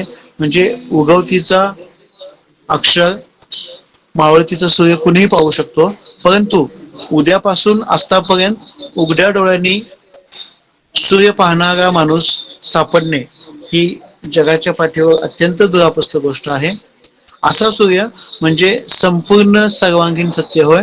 म्हणजे सर्वसामान्य माणसाला ते श्रेयस असले तरी प्रेयस असेलच असं नाही, किंबहुना त्याचे दर्शन ही डोळे दिपवणारे असते. म्हणजे स्वतःभोवती आखून घेतलेल्या सुखासिनतेच्या वर्तुळातच फिरू इच्छिणाऱ्यांना तर भोवंडून टाकणारे असते. म्हणजे सामान्य माणूस जन्म घेतो आणि तेव्हापासून त्याला जे दाखवले जाते तेच आणि त्या दिशेने दिसेल तेवढे सत्य मानून तो जगत असतो. त्या चाकोरीत तो किमान घडबडतो. त्या पलीकडे जाण्याची त्याला इच्छा नसते. म्हणजे बघा आपण सगळेजण आपलं प्रत्येकाचं दिवसभराचं शेड्यूल ठरलेलं असतं. सकाळी उठणं, आवरणं, ऑफिसला जाणं, शाळेत जाणं, आपल्या कामाच्या ठिकाणी जाणं, दिवसभर काम करणं, काम करून परत घरी येणं, परत घरात आल्यानंतर जेवून खाऊन पुन्हा झोपणं, पुन्हा नव्या दिवसाची सुरुवात. म्हणजे या चाकोरीबद्ध जगाच्या बाहेर आपण जात नसतो. सॉक्रेटिसने त्याची जी काही तत्व सांगितली, ती तत्व ही त्याच्या नियमाला धरून होती. आणि ही जे आपण जे चाकोरीबद्ध किमान धडपडतो, त्या पलीकडे जाण्याची आपली इच्छा नसते. तशी इच्छा जर कोणी दाखवली तर तथाकथित सुख साधनांचे दलाल, म्हणजे जर आपण या चाकोरीच्या बाहेर जाऊन काही वेगळं करायचं म्हटलं तरी देखील जी आपली समाज व्यवस्था आहे ती समाज व्यवस्थेला आपल्याला अडवत असते. मग याच्यामध्ये धनसत्ता असते, बळ सत्ता असते, राजसत्ता असते, यांच्या आधारे काही पुढारीपरी मिळवत असतात. कोणा एका जनसामान्याचे सत्याचा सोय पाहण्याचा प्रयत्न केला तर त्याला त्याच्या जाणीवा मुळासहित, म्हणजे आपण जर समजा एखादी गोष्ट आपल्याला पटत नसेल तर आपण ती जर केली नाही किंवा त्या गोष्टीचा आपल्याला दबाव टाकला जातो, तर जर नाही म्हटलं तर आपल्याला ते दबाव टाकून ती गोष्ट साध्य केली जाते. अशी काही संदर्भ आपल्याला या ठिकाणी पाहायला मिळतात. म्हणजे सूर्य पाहिलेल्या माणूसही अशा प्रयत्नाला आपल्या अस्तित्वाचं आक्रमण करू समजायला लागतो. म्हणजे सूर्य पाहिलेल्या माणसाचा प्रतिकार करू लागतो. म्हणजे जाड कातडीची माणसे एकत्र करून समाजाला वेठूस धरू लागतो, सत्तेला वश करून घेतो आणि सत्य पाहिलेला किंवा सूर्य पाहिलेल्या मृत्यूला कवटाळण्याखेरीज पर्याय नसतो. म्हणजे ज्ञान मिळवणं आणि त्याप्रमाणे वर्तन करणं हा काही फक्त मार्ग नव्हे, तर ते अंतिम ध्येय आहे. म्हणजे मार्ग आणि ध्येय वेगवेगळे करताच येत नाहीत. म्हणजे माणसाचा मेंदू आणि आत्मा कधीच फक्त खाऊन पिऊन शांत होत नसतो, त्यानेच माणसाला माणूस पण येत असते. म्हणजे सॉक्रेटिसच्या काळातला एक टप्पा पकडून तत्वाच्या आणि सत्याच्या वाटेवरून चालत सॉक्रेटिसच्या काळापासून आज आणि उद्याचाही शोध घेण्याचा वेध किंवा वेध घेण्याचा प्रयत्न हे नाटक करत असतं. त्याचवेळी मकरन साठे सॉक्रेटिस या ऐतिहासिक व्यक्तिरेखेला मानवी पातळीवरील संघर्षाचा किनार प्राप्त करून देताना दिसतात. आता सूर्य पाहिलेला माणूस एक राजकीय चर्चा नाट्य किंवा विचार नाट्य म्हणून ओळखलं जातं. म्हणजे चुकीच्या मार्गाने चाललेले सत्तेवरील लोक आणि त्यांच्या दबावापुढे मान तुकवणारा मोठा वर्ग हे चित्र सनातन आहे. अशा परिस्थितीत सॉक्रेटिस मार्ग दाखवतो. तो निर्भय होण्यास सांगतो, विचारी व विवेकी होण्यास सांगतो, सत्याचरणाने हे शक्य आहे असे तो सूचित करतो. तो निस्वार्थी आणि निष्ठुर होता म्हणूनच तो हे करू शकतो. म्हणजे माणसाने तात्कालिक सुखाचा त्याग केला की त्याला सत्यापर्यंत जाण्याचे मार्ग सापडतात. सत्य हे सूर्याप्रमाणे असते, ते बघण्याची ताकद बाळगण्याकरिता आचरण ही स्वच्छ निष्कलंक असावे लागते. म्हणजे असाच स्वतःच्या भूमिकेवर श्रद्धा ठेवणारा सॉक्रेटिस मूर्ख राजकर्त्यांना निवृत्त करतो. हे राजकर्त्यां कसे रुचणार, मग ते त्याचा छळ करू लागतात. त्याच्या विरोधात कारस्थाने करून तरुणांची माती भडकवून त्याला शिक्षा सुनावतात आणि त्याच्यासमोर मृत्यूचे भय रचून पळून जाण्याचे मार्गही सुचवतात. पण तो मृत्यूदंडाची शिक्षाही सहज स्वीकारतो. त्यातून काय होतं तर यातून राजकारण्यांची तो जास्त कोंडी करतो. म्हणजे सॉक्रेटिसला देहांताची शिक्षा टाळता आली असती, पण तो टाळत नाही, तर तो माफी मागत नाही, तर तो कोणतेही बचावाचे साधन वापरत नाही. ते शक्य असूनही तो करत नाही. तसेच तो मायदेश सोडूनही जाण्याचं नाकारतो. कारण आपल्या लोकांना जर माझे म्हणणे पटत नसेल तर ते परक्यांना कसे पटणार. या भूमिकेतून तो शेवटी मरण पत्करतो किंवा कोणत्याही संकटाला तो पार दाखवत नाही. म्हणजे सॉक्रेटिसचे स्वतःचे लेखन उपलब्ध नाही. त्याचा शिष्य प्लेटोने जे त्याचे सॉक्रेटिसचे संवाद दिले त्यातून सॉक्रेटिस आपल्याला करतो. म्हणजे सॉक्रेटिसच्या आधाराच्या अनुषंगानं हे नाटक आपल्याला या ठिकाणी पाहायला मिळतं. म्हणजे सूर्य पाहिलेला नाटक हे मराठीला एक महत्वाचं नाटक आहे. या नाटकामध्ये 1990 नंतरच्या भारतीय समाजाला आलेल्या वैचारिक शैथिल्याचा एक विस्तारित ध्वनी आहे. त्याचबरोबर ते 90 नंतरच्या काळातले एक महत्वपूर्ण वैचारिक आणि प्रायोगिक नाटक आहे. म्हणजे माणसाला सत्य, सदाचरण, सद्वर्तनाची जाणीव करून देणारे हे नाटक आहे. तसेच या नाटकाच्या मांडणीत आजचं विवेकाचं रूप काय असावं, आजच्या नैतिक मूल्यांचं स्वरूप निकष काय असावेत इत्यादींचा शोध घेण्याचा प्रयत्न इथे करत आहे. म्हणजेच त्या शोधाची सुरुवात करण्याचा प्रयत्न आणि त्या शोधाचं महत्व विशद करण्याचं काम या नाटकाच्या माध्यमातून झालेलं दिसतं. त्या अनुषंगाने या नाटकाची मांडणी ही आपसुकच यथातथ्यवादी झालेला आपल्याला पाहायला मिळतो. त्याच्यानंतर शेवटचा जो चौथा घटक आहे तो मनोज वळगावकर यांची नदीष्ट ही कादंबरी. म्हणजे या चौथ्या घटकाचा अभ्यास केल्यानंतर कादंबरी या वाङ्मयाची निर्मिती, अवकाश आणि स्वरूप याची माहिती आपल्याला समजून घेता येते. आधुनिक कालखंडात बदलत जाणाऱ्या मानवी जगण्याला कवेत घेणाऱ्या आधुनिक काळाच्या कादंबरीची क्षमता आणि प्रयोगशीलता या कादंबरीच्या माध्यमातून पाहायला मिळतं. आणि नदीष्ट या कादंबरीच्या निमित्ताने माणसाच्या जगण्यातील आदिम भावनांचा मागोवा आपल्याला घेता येतो. जर आपण या नदीष्ट कादंबरीचं कथानक पाहायचं म्हटलं तर नदीष्ट कादंबरीने अगदी कमी कालावधीत मराठी कादंबरीच्या विश्वात आपले वेगळेपण अधोरेखित केलेलं आहे. आपला स्वतंत्र असा वाचक वर्ग निर्माण करण्याचा प्रयत्न या कादंबरीने जितका यशस्वी केला तितकाच समीक्षकानेही या कादंबरीचे लक्ष वेधून घेतले. नावाप्रमाणेच ही कादंबरी नदीच्या अगदी आत पोटापर्यंत घेऊन जाते आणि बरोबरीने प्रत्येकाच्या आतल्या प्रवाहाला साथ घालते. कादंबरीतील नदी गोदावरी एक स्वतंत्र पात्र म्हणून लेखकांनी कादंबरीत तिला तिची स्पेस दिली आहे. निवेदक कादंबरीचा नायक तिच्याभोवती घुटमळत राहतो. या प्रवासात त्याला इतरही असेच नदीष्ट लोक भेटत राहतात आणि नदीच्या अस्पर्शित अंतरंगांच्या गोष्टी शोधतानाच माणूस म्हणून माणसांच्या मनाच्या अव्यक्त तळाशी जाण्याचा प्रयत्नही निवेदक या प्रवासात करतो आहे. आता निवेदक आणि इतर पात्रही नदीशी वेगवेगळ्या कारणांनी बांधली आहेत. नदी ही आंतरिक त्याची ओढ आहे, आधार आहे.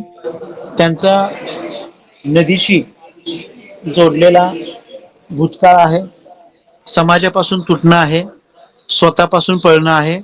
त्यांचा सतत एक संघर्ष, एक शोध, एक प्रवास सुरू आहे आणि या सगळ्या गोष्टींवर जणू ही नदी हाच एक इलाज आहे, पर्याय आहे. याच भावनेनं ही सगळी माणसं नदीशी जोडली गेली आहेत. हळूहळू त्याच्या या प्रवासात त्याला भेटणाऱ्या प्रत्येक माणसाच्या आणि नदीच्या नात्याचा शोध घेतो. ही नाती शोधताना त्याला त्या माणसांच्या गोष्टी सापडतात. याच नदीष्ट माणसांच्या प्रवासाची गोष्ट म्हणजे ही कादंबरी आहे. नदीच्या वाहतेपणाची गोष्ट सांगणारी, तिच्यासोबतच्या प्रवासाची गोष्ट सांगणारी आणि नदीच्या प्रवाहात खोल डुबत तिलाच आपल्या आत उतरण्याची गोष्ट म्हणजे नदीष्ट. लेखक मनोज बळगावकर यांच्या अनुभवांची वाचकता, प्रत्यक्षदर्शी अनुभूती देणारी ही एक तरल गोष्ट नदीष्ट म्हणून ओळखली जाते. या कादंबरीचा निवेदक हा नदीच्या अनिवार्य ओढीने नदीवर पोहायला जायला सुरुवात करतो. नदीत पोहणे हा त्याचा दैनंदिन दिनक्रम आहे. तो एका ऑफिसमध्ये काम करतो, तो रेल्वेने प्रवास करतो, नोकरीहून घरी तो थेट आपले पोहण्याचे कपडे घेऊन नदीच्या घाटावर येत राहतो. त्याची पोहण्याची जागाही ठरलेली असते. सुरुवातीला त्यांचा नदीवर पोहायला जाणाऱ्या विविध वयोगटातील मित्रांचा ग्रुप तयार होतो, पण पुढे हळूहळू त्यातले लोक पोहायला येणे बंद करतात. पण निवेदक मात्र एका ओढीने पोहायला येतच राहतो. दादाराव हे याच गटातील एक मार्गदर्शक आणि ज्येष्ठ मित्र. दादाराव त्याला पोहण्याची विविध प्रकारे शिकवतात. हे दादाराव निवेदकाला नदीचे पूर्ण पात्र पोहून जायला शिकवतात. पहिल्या 18 दिवसातच पूर्ण पात्र पोहून जाण्याची कामगिरी करून निवेदक दादारावांची शाबासकी मिळवतो आणि त्यांचा पट्टशिष्य होतो. निवेदक आणि दादाराव यांच्यामध्ये नदीष्ट असण्याचा नदीच्या गोदामाच्या ओढीची एक समान धागा आहे. तो म्हणजे दोघेही आपल्या मातृप्रेमाला परखे झाले आहेत. त्यामुळे मातृप्रेमाचा ओलावा, जिव्हाळा ते गोदामाच्या कुशीत शोधत राहतात. नदीही त्यांना आपलंसं करून घेतं, त्यांचं रक्षण करतं. नदीचं पात्र ही जागा निवेदकाला अत्यंत सुरक्षित आणि आईच्या गर्भाशयाशी नातं असणारी वाटते. दादारावांचा पुढे पुढे आपल्या वयामुळे, गुडघे दुखीमुळे नदीवर येणं पोहणे शक्य होत नाही, पण निवेदक मात्र आपला पोहण्याचा आणि पूर्ण नदी पात्र पोहून येण्याचा दिनक्रम अगदी 10 वर्षाहून अधिक जास्त काळ सुरू ठेवतो आहे. त्याच्या सतत नदीवर पोहायला येण्याबाबतच्या काही लोकांना कुतूहल आहे, तर काहींना हा वेडेपणा वाटतो. पण निवेदकाला मात्र नदीवर जाणं, पोहणं हा जगण्याचा एक आवश्यक भाग वाटतो. नदीवर गेले नाही तर अस्वस्थता, चिडचिड वाटायची, गुदमरल्यासारखे वाटायचे. आपण नदीवर का जातो या प्रश्नाचे उत्तर देता येत नसले तरी निवेदकाची स्वतःची एक फिलॉसॉफी आहे. आईचा गर्भडोह आणि नदी ही त्याला एकसारखी वाटते. ज्याप्रमाणे आईच्या गर्भात मूल पाण्यात तरंगतं, सुरक्षित राहतं, कसलीही चिंता न करता निर्धास्त राहतं, त्याचप्रमाणे नदीविषयीच्या या अनादी आकर्षणाचं कारण निवेदक आईच्या गर्भाशी जोडताना दिसून येतो. म्हणजे कॉन्शियस, सबकॉन्शियस या पातळीवर आपले मन वेदू पुन्हा आईच्या गर्भात असल्याच्या सुरक्षित भावनेशी जोडणारी नदी निवेदकाला खेचून घेते, अशी एक धारणा निवेदकाने स्वतःपुरती करून ठेवलेली आहे. आणि याच विचारात निवेदक सातत्याने नदीवर येत राहतो, पोहतो, आपल्या जगण्यात एक आपली स्पेस तयार करतो आणि नदी परिसरात स्वतःची निर्जन जागा शोधतो. आता कादंबरीच्या सुरुवातीलाच निवेदक त्याच्या नदीवर पोहायला जाण्याच्या वेळेबाबत आणि दिनक्रमाबाबत सांगत आहे. त्याचबरोबर दिवसेंदिवस नदी, निसर्ग, नदी परिसरातील निसर्गाचे जीवनचक्र, त्यात होणारे बदल याबद्दल आपली निरीक्षणे नोंदवत आहे.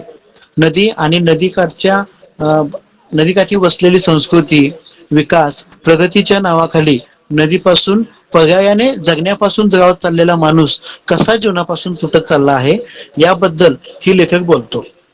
म्हणजे नदीच्या सर्व प्राण्यांना जीवन देत राहण्याच्या उदात्त गुणांबाबत सांगताना लेखक नेहमी परिसरातील विविध प्रसंग सांगतो. माणूस आणि निसर्गाच्या आदिम मूळ गुणधर्मात झालेले बदल लेखक विविध प्रसंगातून टिपत असतो. म्हणजे कादंबरीचा निवेदक सकाळ, दुपार, संध्याकाळ कोणत्याही वेळी नदीवर पोहायला जातो. प्रत्येक वेळी त्याला दिसणारी घाट, नदी घाट, दिसणारे प्राणी, माणसं आणि निसर्ग या सगळ्याविषयीची निरीक्षणे तो या कादंबरीत नोंदवत राहतो. कादंबरीच्या सुरुवातीलाच निवेदक नदीवर पोहायला जाण्याच्या जागी त्याला दिसलेल्या एका प्रसंगाचे चित्रण करतो. नदीचे पाणी कमी झाल्यामुळे हरणांचा एक कळप पाण्याच्या शोधात दूर मानवी वस्तीच्या जवळ नदीकाठी आलेला आहे. खायला काही हिरवे नसल्यामुळे व्याकुळ झालेल्या हरणांना बघून चिंचेच्या झाडावर असलेल्या माकडांच्या कळपातील माकडे झाडाच्या फांद्या हलवून चिंचा खाली पाडतात.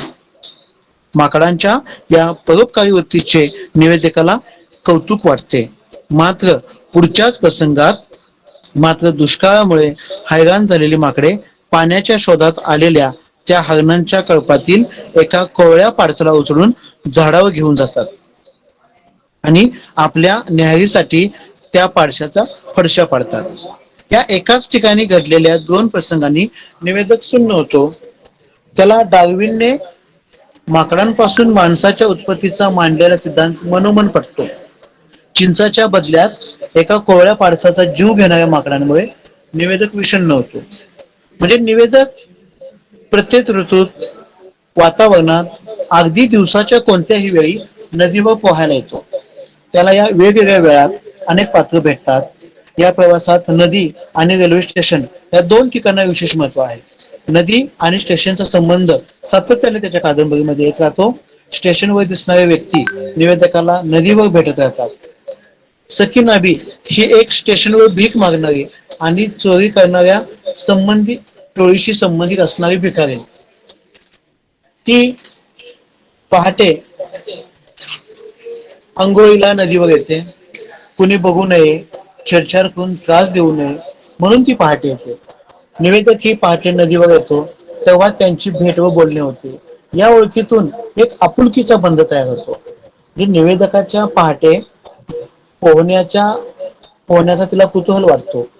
सकीनाबी निवेदकाला नदीत पोहताना काळजी घ्यायला सांगते. स्टेशनवर चोरांपासून सावध राहायला सांगते.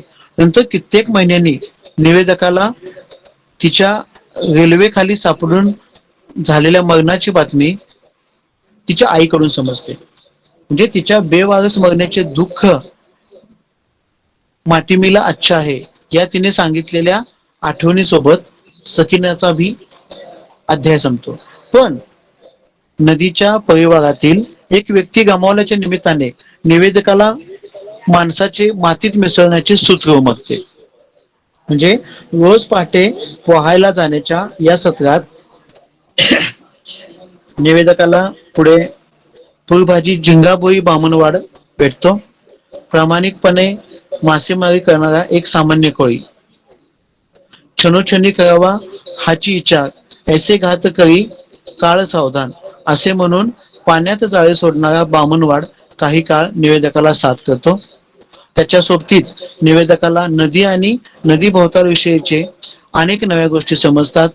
नदीत सापडणारे मासे, त्यांची नावे, त्यांच्या किमती याबरोबरच नदीच्या अंजान जागची वाळू काढून आपल्या प्रिय व्यक्तीला दिल्यास त्याच्या मनातील इच्छा पूर्ण होते ही सुद्धा माहिती या निवेदकाला मिळते. आणि निवेदक या नदीच्या अंजान वर्जिन जागची वाळू काढण्याचे आव्हान मनाशी स्वीकारतो आणि ते पूर्णही करतो. काही दिवसांनी मात्र बामणवाडच्या शांत राहण्याचे कारण निवेदकाला समजते. नवऱ्याची दारू सुटावी म्हणून केलेला नवस फेडायला एका चांगल्या घरातली बाई नदीवर आंघोळीला आली होती. पण नदीवरच्या काही पोरांनी त्या आंघोळीला बसले असताना तिला ओढून तिच्यावर बलात्कार केला होता. पण चाकू दाखवून कधीही धमकावणाऱ्या त्या पोरांचा प्रतिकार करून त्या बाईची इज्जत वाचवू शकलो नसल्याची सल बामणवाडच्या मनात राहिली होती. आणि आयुष्यभर आपल्या पोटाची सोय करणाऱ्या गोदामाईसमोर जीवाच्या भीतीने आपण गप्प राहिलो तिला के वाटला असेल हा विचार बामणवाडला छळत राहतो. या धक्क्यातून तो सावरू शकत नाही. त्याला त्याची स्पेस द्यावी म्हणून निवेदक त्याला त्याच्या शांततेत एकटा सोडतो. निवेदक नदीवर येऊन बसणाऱ्या तृतीयपंथीयांची माहिती कालूभैया देतो. निवेदकाला नदीवर येऊन बसणाऱ्या तृतीयपंथीयांची माहिती कालूभैया देतो आणि जपून राहायला सांगतो. सगुणा ही एक तृतीयपंथी आपल्या आयुष्यातल्या भूतकाळाच्या एका तुकड्याची आठवण म्हणून नदीवर बसते. सुरुवातीला एक बाई दिसली म्हणून तिच्याकडे निघालेल्या निवेदित ती तृतीयपंथी आहे म्हणून मागे वळतो आणि इथूनच त्याच्या सगुणा सोबतच्या प्रवासाची सुरुवात होते. आधी नदीवर नंतर रेल्वेत भेटणारी सगुणा आधी इथल्या समाजावरचा राग त्रागा त्याच्याजवळ व्यक्त करते. हळूहळू निवेदकाला तिच्या कहाणीबद्दल कुतूहल वाटून तो तिचा विचार करायला लागतो. तिला आपल्या नदीवर पोहण्याच्या ठिकाणी दुपारच्या वेळेत रेल्वेत भेटून तिच्याशी बोलायचा आणि तिला ऐकून घेण्याचा प्रयत्न करतो. यामध्ये निवेदकाला तृतीयपंथी आणि त्यांच्या जगाची ओळख होते. तृतीयपंथीयांना आपल्या समाजाने दिलेले वागणूक, त्यांचं जगणं, त्यांचे समाजातील आणि लोकांशी असलेला संबंध या सगळ्या गोष्टीबद्दल सगुणा मोकळेपणाने निवेदकाजवळ बोलते. आपला हिजडा बनण्याची गोष्ट, आपला भूतकाळ, आपलं जगणं आणि आपल्या पुढच्या आयुष्याचा कल्पनांबद्दल सगुणा निवेदकाला सांगते. तृतीयपंथीयांच्या जगण्याची पद्धत, त्यांच्या रूढ परंपरा, गुरु घराणी आणि त्यांच्या भाषेबद्दलची सगळी माहिती सगुणा निवेदकाला सांगते. आपल्या आयुष्यातून काढून न टाकता येणारा भूतकाळ, त्याची भळबळती वाहणारी जखम आणि आईला एकदा भेटण्याची ओढ या सगळ्या गोष्टी सगुणा सांगत राहते. या सगळ्यात नदी आणि निवेदक एक श्रोता आणि एका माध्यमाची भूमिका बजावत राहतात. समाजात ज्याला चेहराच नाही, कोणतीही ओळख नाही, अशा भिकाऱ्याच्या मुखवट्या आड दडलेला भिकाजीही असाच निवेदकाला नदीवर भेटतो. स्वतःचा भूतकाळ लपवत काय होतं.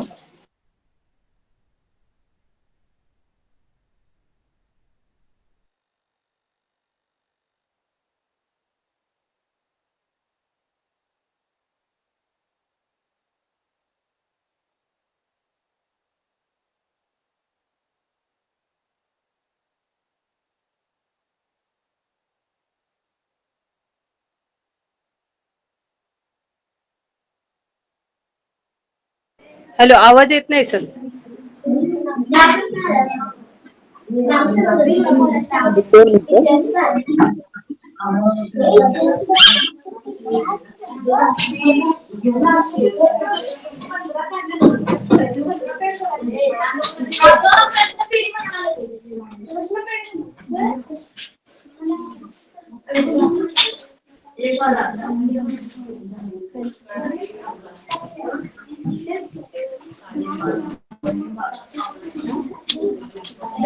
साधारण समाजात ज्याला चेहराच नाही, ही ओळख नाही, अशा भिकाऱ्याच्या मुखवट्या आड दडलेला भिकाजीही असाच निवेदकाला नदीवर भेटतो.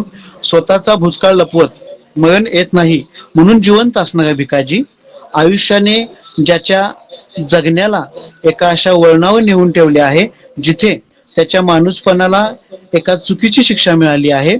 नात्यातील तणाव, मानसिक ओढाताण, व्यसन आणि त्यातून उद्भवलेल्या प्रसंगामुळे तो कुटुंबापासून तुटत गेला आहे. राग, असूया, यातना एका बेसावध क्षणी त्याच्या हातून पोटच्या मुलीचा बळी जातो. काहीही न बोलता तो मिळालेली शिक्षा भोगतो. आपला भूतकाळ लपवत नदीच्या सानिध्यात नदीच्या पाण्याने तो पुसून धुवून टाकण्याचा प्रयत्न करतो आणि कुणाशीही न बोलणारा भिकाजी निवेदकाजवळ व्यक्त होतो आणि कुणातही गुंतून न पडता तो त्याच्या प्रवासाला मार्गस्थ होतो. म्हणजे निवेदकाला नदीवर आपल्या पोहण्याच्या ठिकाणी एक तरुण मुलगा भेटतो. नाग सापांना जीवनदान देण्यासाठी रिस्क घेऊन आपला जीव पणाला लावणारा हा मुलगा प्रसाद पहिल्यांदा नाग पकडण्याच्या प्रसंग अगदी तो समरसून निवेदकाला सांगतो. एक कमी शक्ती आणि बौद्धिक क्षमता असणारा प्राणी माणसांच्या अंधश्रद्धा आणि चुकीच्या रूढी समजुतीला बळी पडतो. आपल्या स्वार्थासाठी मुक्या निष्पाप प्राण्याचा बळी देणाऱ्या माणसांपासून या प्राण्याला वाचवलं पाहिजे, ती आपली जबाबदारी समजून निसर्ग, प्राणी आणि माणसांचा संघर्ष टाळण्यासाठी प्रसाद हा काम करतो. प्राण्यांच्या, माणसाच्या आणि मनाची अवस्था आणि त्याचे संघर्ष याची निवेदकाला माहिती देतो. साधारणतः या 6-7 पात्रांची चित्रण निवेदक या कादंबरीच्या माध्यमातून आपल्याला सांगतो. ही कादंबरी पाहत असताना या कादंबरीमध्ये प्रवास, प्रवाह, नदीचं वाहते पण आपल्याला दिसतं. नदीष्ट हा एक प्रवास आहे. कितीही चढवता आले तरी आपलं प्रवाही पण नदी कधी सोडत नाही. नदीवर पोहायला जाण्याच्या या प्रवासात निवेदकाला अनेक पात्र भेटत राहतात. वाहनं, प्रवाही गाणं हा जसा नदीचा आदिम आणि मूळ गुणधर्म आहे, तसंच माणसांच्या गोष्टीही पिढ्यानपिढ्या वाहत राहायच्या. नदीच्या पाण्याबरोबरच त्यांच्या साचलेल्या गोष्टी वाहायला लागतात. या कादंबरीत नदीष्ट निवेदक या गोष्टींच्या वहनाचं माध्यम आहे. तशीच नदी या सर्व गोष्टीच्या केंद्रस्थानी आहे. या सर्व गोष्टींना ती व्यापून राहिली आहे. निवेदक नदीवर जात राहतो, सातत्याने जात राहतो. त्याला स्वतःबरोबरच भेटणाऱ्या इतर व्यक्तींची, निसर्गाची नव्याने ओळख होते. त्याला नव्या माहितीचा शोध लागतो. नदीच्या अंतरंगाची, नदीच्या पात्राची, नदीच्या परिसरातील प्राण्यांची, पर्यायाने निसर्गाची नव्याने ओळख त्याला होते. त्याला अनेक माणसं नदीवर भेटतात. त्या माणसांची काहीतरी गोष्ट आहे, त्यांचा भूतकाळ आहे, त्यांचा म्हणून काही एक भवताला आहे. या सगळ्याचा शोध घेण्याची निवेदकाला ओढ लागलेली आहे आणि ती या कादंबरीत आपल्याला पाहायला मिळतं. आता या कादंबरीमध्ये काही आदेबंध आपल्याला दिसून येतात. म्हणजे मानवी जगण्याची काही आदिम भावना, त्याच्या जाणीवा हे त्याच्या जगण्याशी चिटकून असतात. म्हणजे प्रेम, राग, दुःख, लैंगिक जाणीवा, हिंसा, स्त्रीत्व, पुरुषत्व, मातृप्रेम, निसर्गप्रेम, पर्यावरणाशी असणारे नाते, या सगळ्यांची कुतूहल हे माणसाला असतं. आणि अशा अनेक गोष्टी माणसाच्या जाणीवेच्या आणि नेणिवेच्या पातळीवर खोलवर कुठून तरी रुतून बसलेल्या असतात.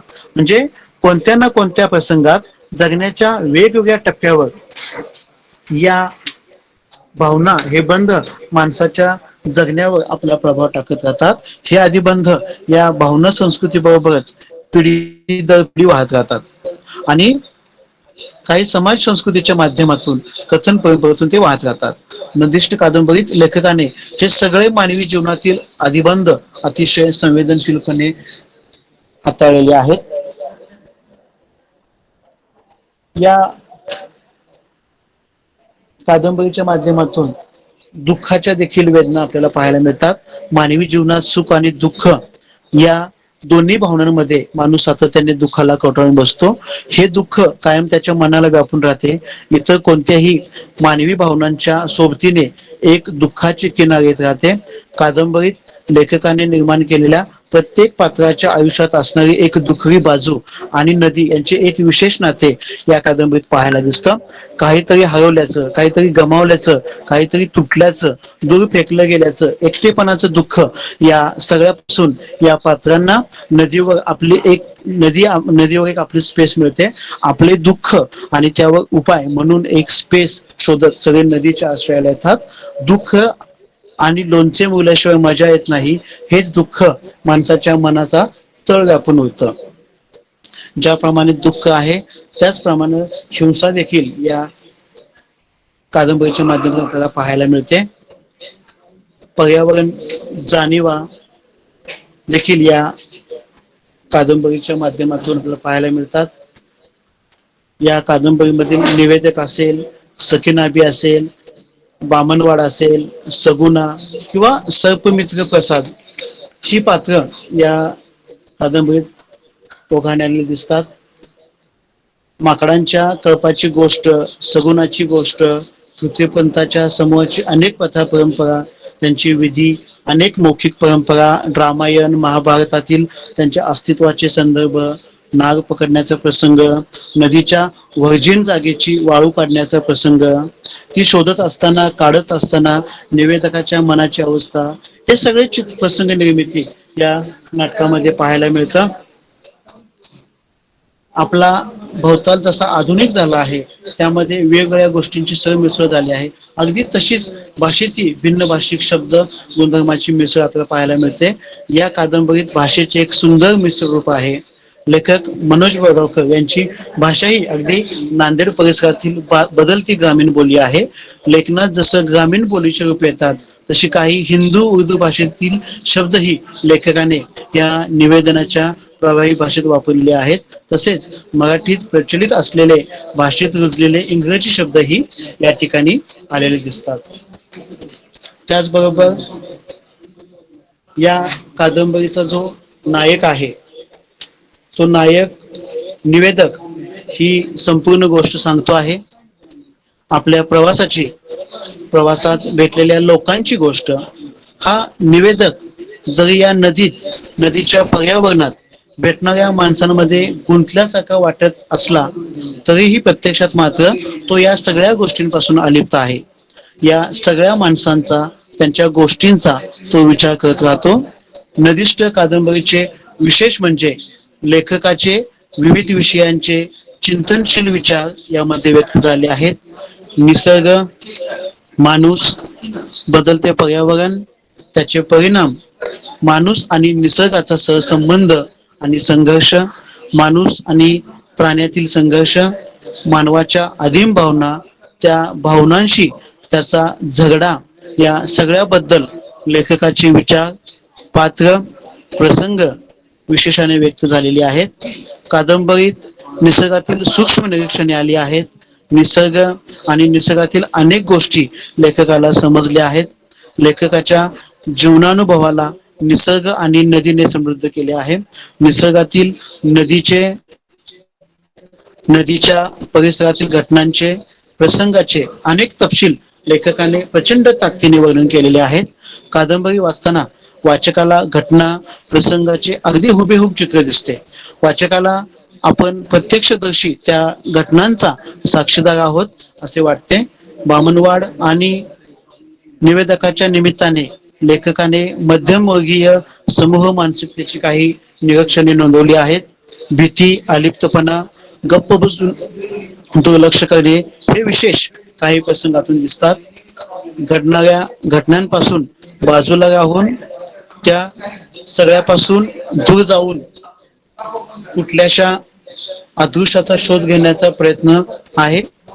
लेखकाचे हे चिंतन महत्वाचे आहे. म्हणजे जर एकूण कादंबरीचा आपण विचार केला तर मनोज बळगावकर यांच्या लेखनात व्यक्त होणारा एक साधेपणा, अकृत्रिमता आहे. निवेदन शैली प्रथम पुरुषी आहे. त्यामुळे लेखनात आत्मस्वर असला तरी आत्मकेंद्रित भाव नाही. तो वाचकाला आपल्या भूतकाळाशी आणि वास्तव भोवतालशी जोडणारा समतोल भाव आहे. आपल्या सभोवतालच्या निसर्गाशी माणसाशी जोडून घेत जगणे सांगणारा दुवा म्हणजे नदी आणि जगणे वाहत ठेवणारी ती नदी. म्हणजे कादंबरीच्या शैलीतील प्रवाहीपणा ही कादंबरीची गरजच होती. नदिष्ट कादंबरीची शैली ही कथानकाची शैली आहे.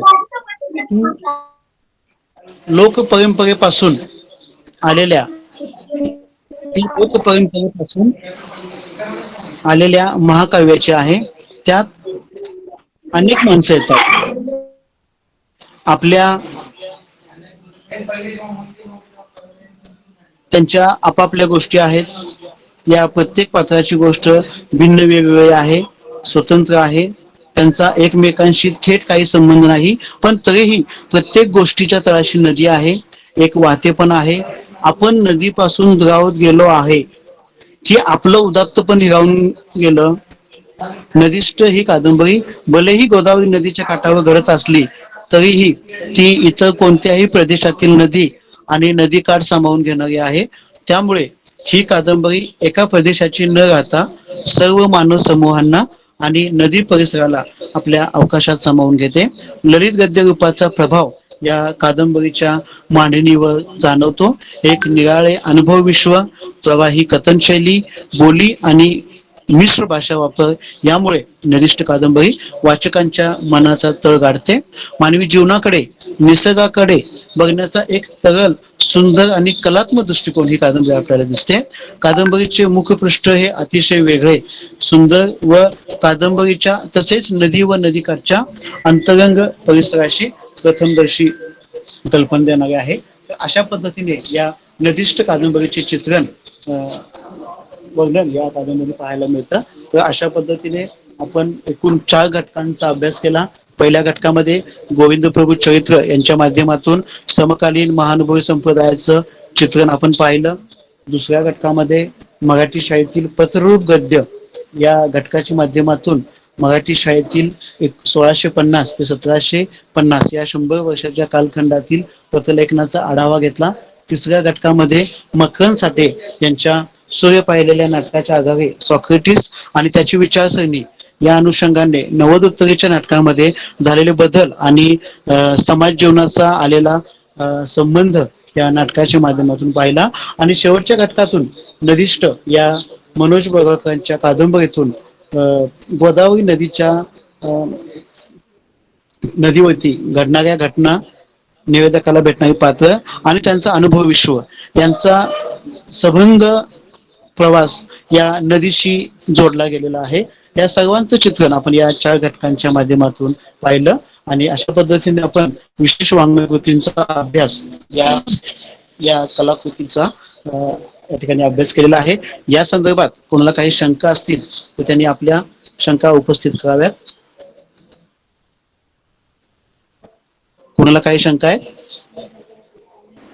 हॅलो सर, नमस्कार. सुनीता कुंभार बोलते सर. हा मॅडम. Hello sir. हा मॅडम बोला. हॅलो. हा जे विशेष वाङ्मय कृती आहेत ना, इथं एखादी स्पेसिफिक कादंबरी घेऊन तिचं पूर्ण माहिती मांडायची का? मुळात आपली ही 4 कलाकृती आहेत. हा म्हणजे 4 युनिट आहेत. 4 युनिट मध्ये 4 कलाकृती दिलेल्या आहेत. पहिली जसं तुम्हाला आता सांगितलं, गोविंद प्रभू चरित्र, मराठीतील पत्रशाही, सूर्य पाहिलेला माणूस आणि कादंबरी. आता ही हा 4 कलाकृती 4 वेगळ्या वेगळ्या लेखकांनी लिहिलेली आहेत. बर. या 4 लेखकांचा आपल्याला त्या वाङ्मय कृतींचा अभ्यास आणि त्या लेखकांचा अभ्यास हा आणि पुन्हा त्या वाङ्मय कृतीच्या माध्यमातून समकालीन जो प्रदेश, त्या कालखंडाचा जो प्रवास आहे, त्या कालखंडातील सामाजिक ज्या जाणीव असतील त्याचं चित्रण, त्या चित्रणाच्या माध्यमातून आपण त्या काळची परिस्थिती कशी लक्षात येते त्याचा सांगितलेला आहे. म्हणजे गोविंद प्रभू चरित्र मधून ऐतिहासिक काळ दिसतो. मराठी पत्रकातून शिवाजी महाराजांच्या कालखंडातील चित्रण दिसतं.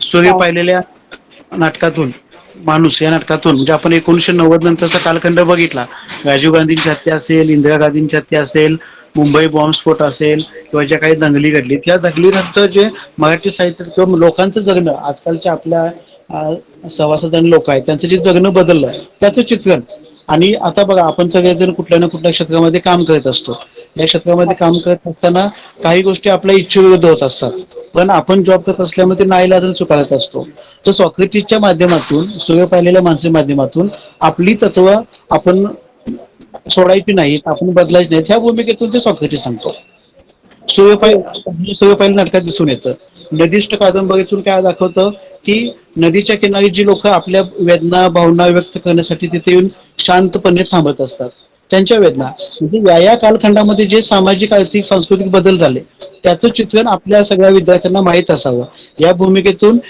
एक लेखक अभ्यास आणि त्या कलाकृतीचा अभ्यास ह्या भूमिकेतून लिहिलेला आहे तुम्हाला समजा कोणते म्हणला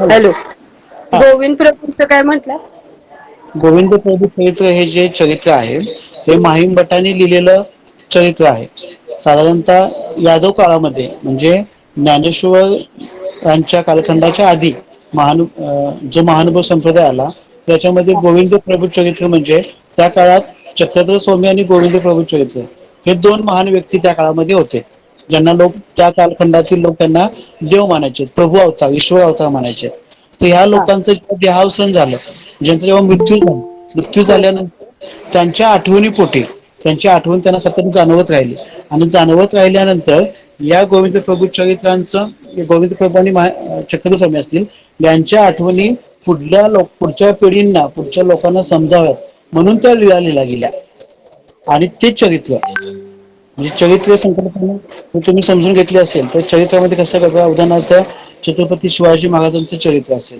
तर 16व्या शतकामध्ये छत्रपती शिवाजी महाराजांचा जेव्हा देहावसन झालं तेव्हा आज देखील आपल्याला त्यांचे जर चरित्र वाचतो तेव्हा त्यांचे कालखंड आपल्याला त्यांचं एकूण व्यक्तिमत्व कळतं तसं गोविंद प्रभू चरित्राच्या माध्यमातून यादव कालखंडातील सामाजिक रीतीचं चित्रण आणि गोविंद प्रभूंचं चरित्र त्यांचं अगदी सकाळी त्यांच्या जन्मापासून त्याच्या मृत्यूपर्यंत जे चित्रण आहे या चरित्राच्या माध्यमातून लिहिलेलं आहे त्यातल्या निवडक लीळा हा विवी कोलते संपादित केलेल्या आहेत फक्त तो कालखंड चरित्र म्हणून इसवी सन 11-12 शतक लक्षात घ्यायचं आपण यादव कालखंडात ज्ञानेश्वरांच्या पण आधीचा कालखंड म्हणजे जर आपण सगळं जर एकूण काळ ह्या 4 घटकांचा अभ्यास केला तर 4 विशिष्ट टप्पे आहेत 18वे शतक दुसरं कुठलं 16वे शतक 1990 आणि अलीकडचा कालखंड म्हणजे 2022-23 गेल्या वर्षीच्या कालखंड आपण अशा 4 विशिष्ट टप्प्यांवरती 4 वेगवेगळ्या लेखकांचा आणि त्या कालखंडातील परिस्थितीचा अभ्यास या हेतून या कलाकृती अभ्यासक्रमाला लावलेल्या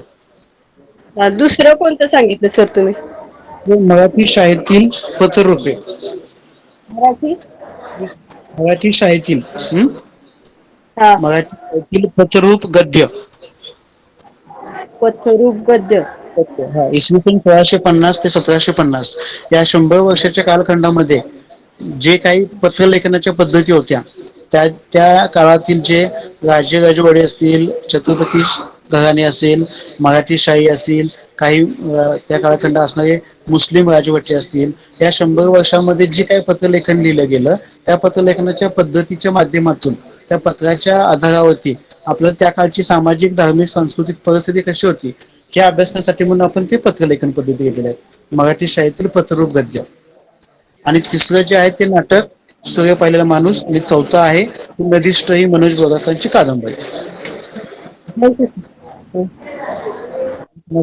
का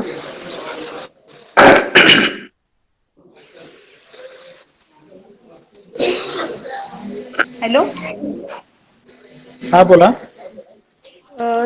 गुड आफ्टरनून सर हा बोला की मॅडम सर याचे PDF कधी अवेलेबल होणार याचे पीडीएफ आपल्याला उद्या संध्याकाळी किंवा शनिवारी ह्या 2 दिवसात मिळतील आपल्याला ओके आणि तुम्ही ज्या असाइनमेंटचं बोलला होता त्याचं काय असाइनमेंट आज पडतायत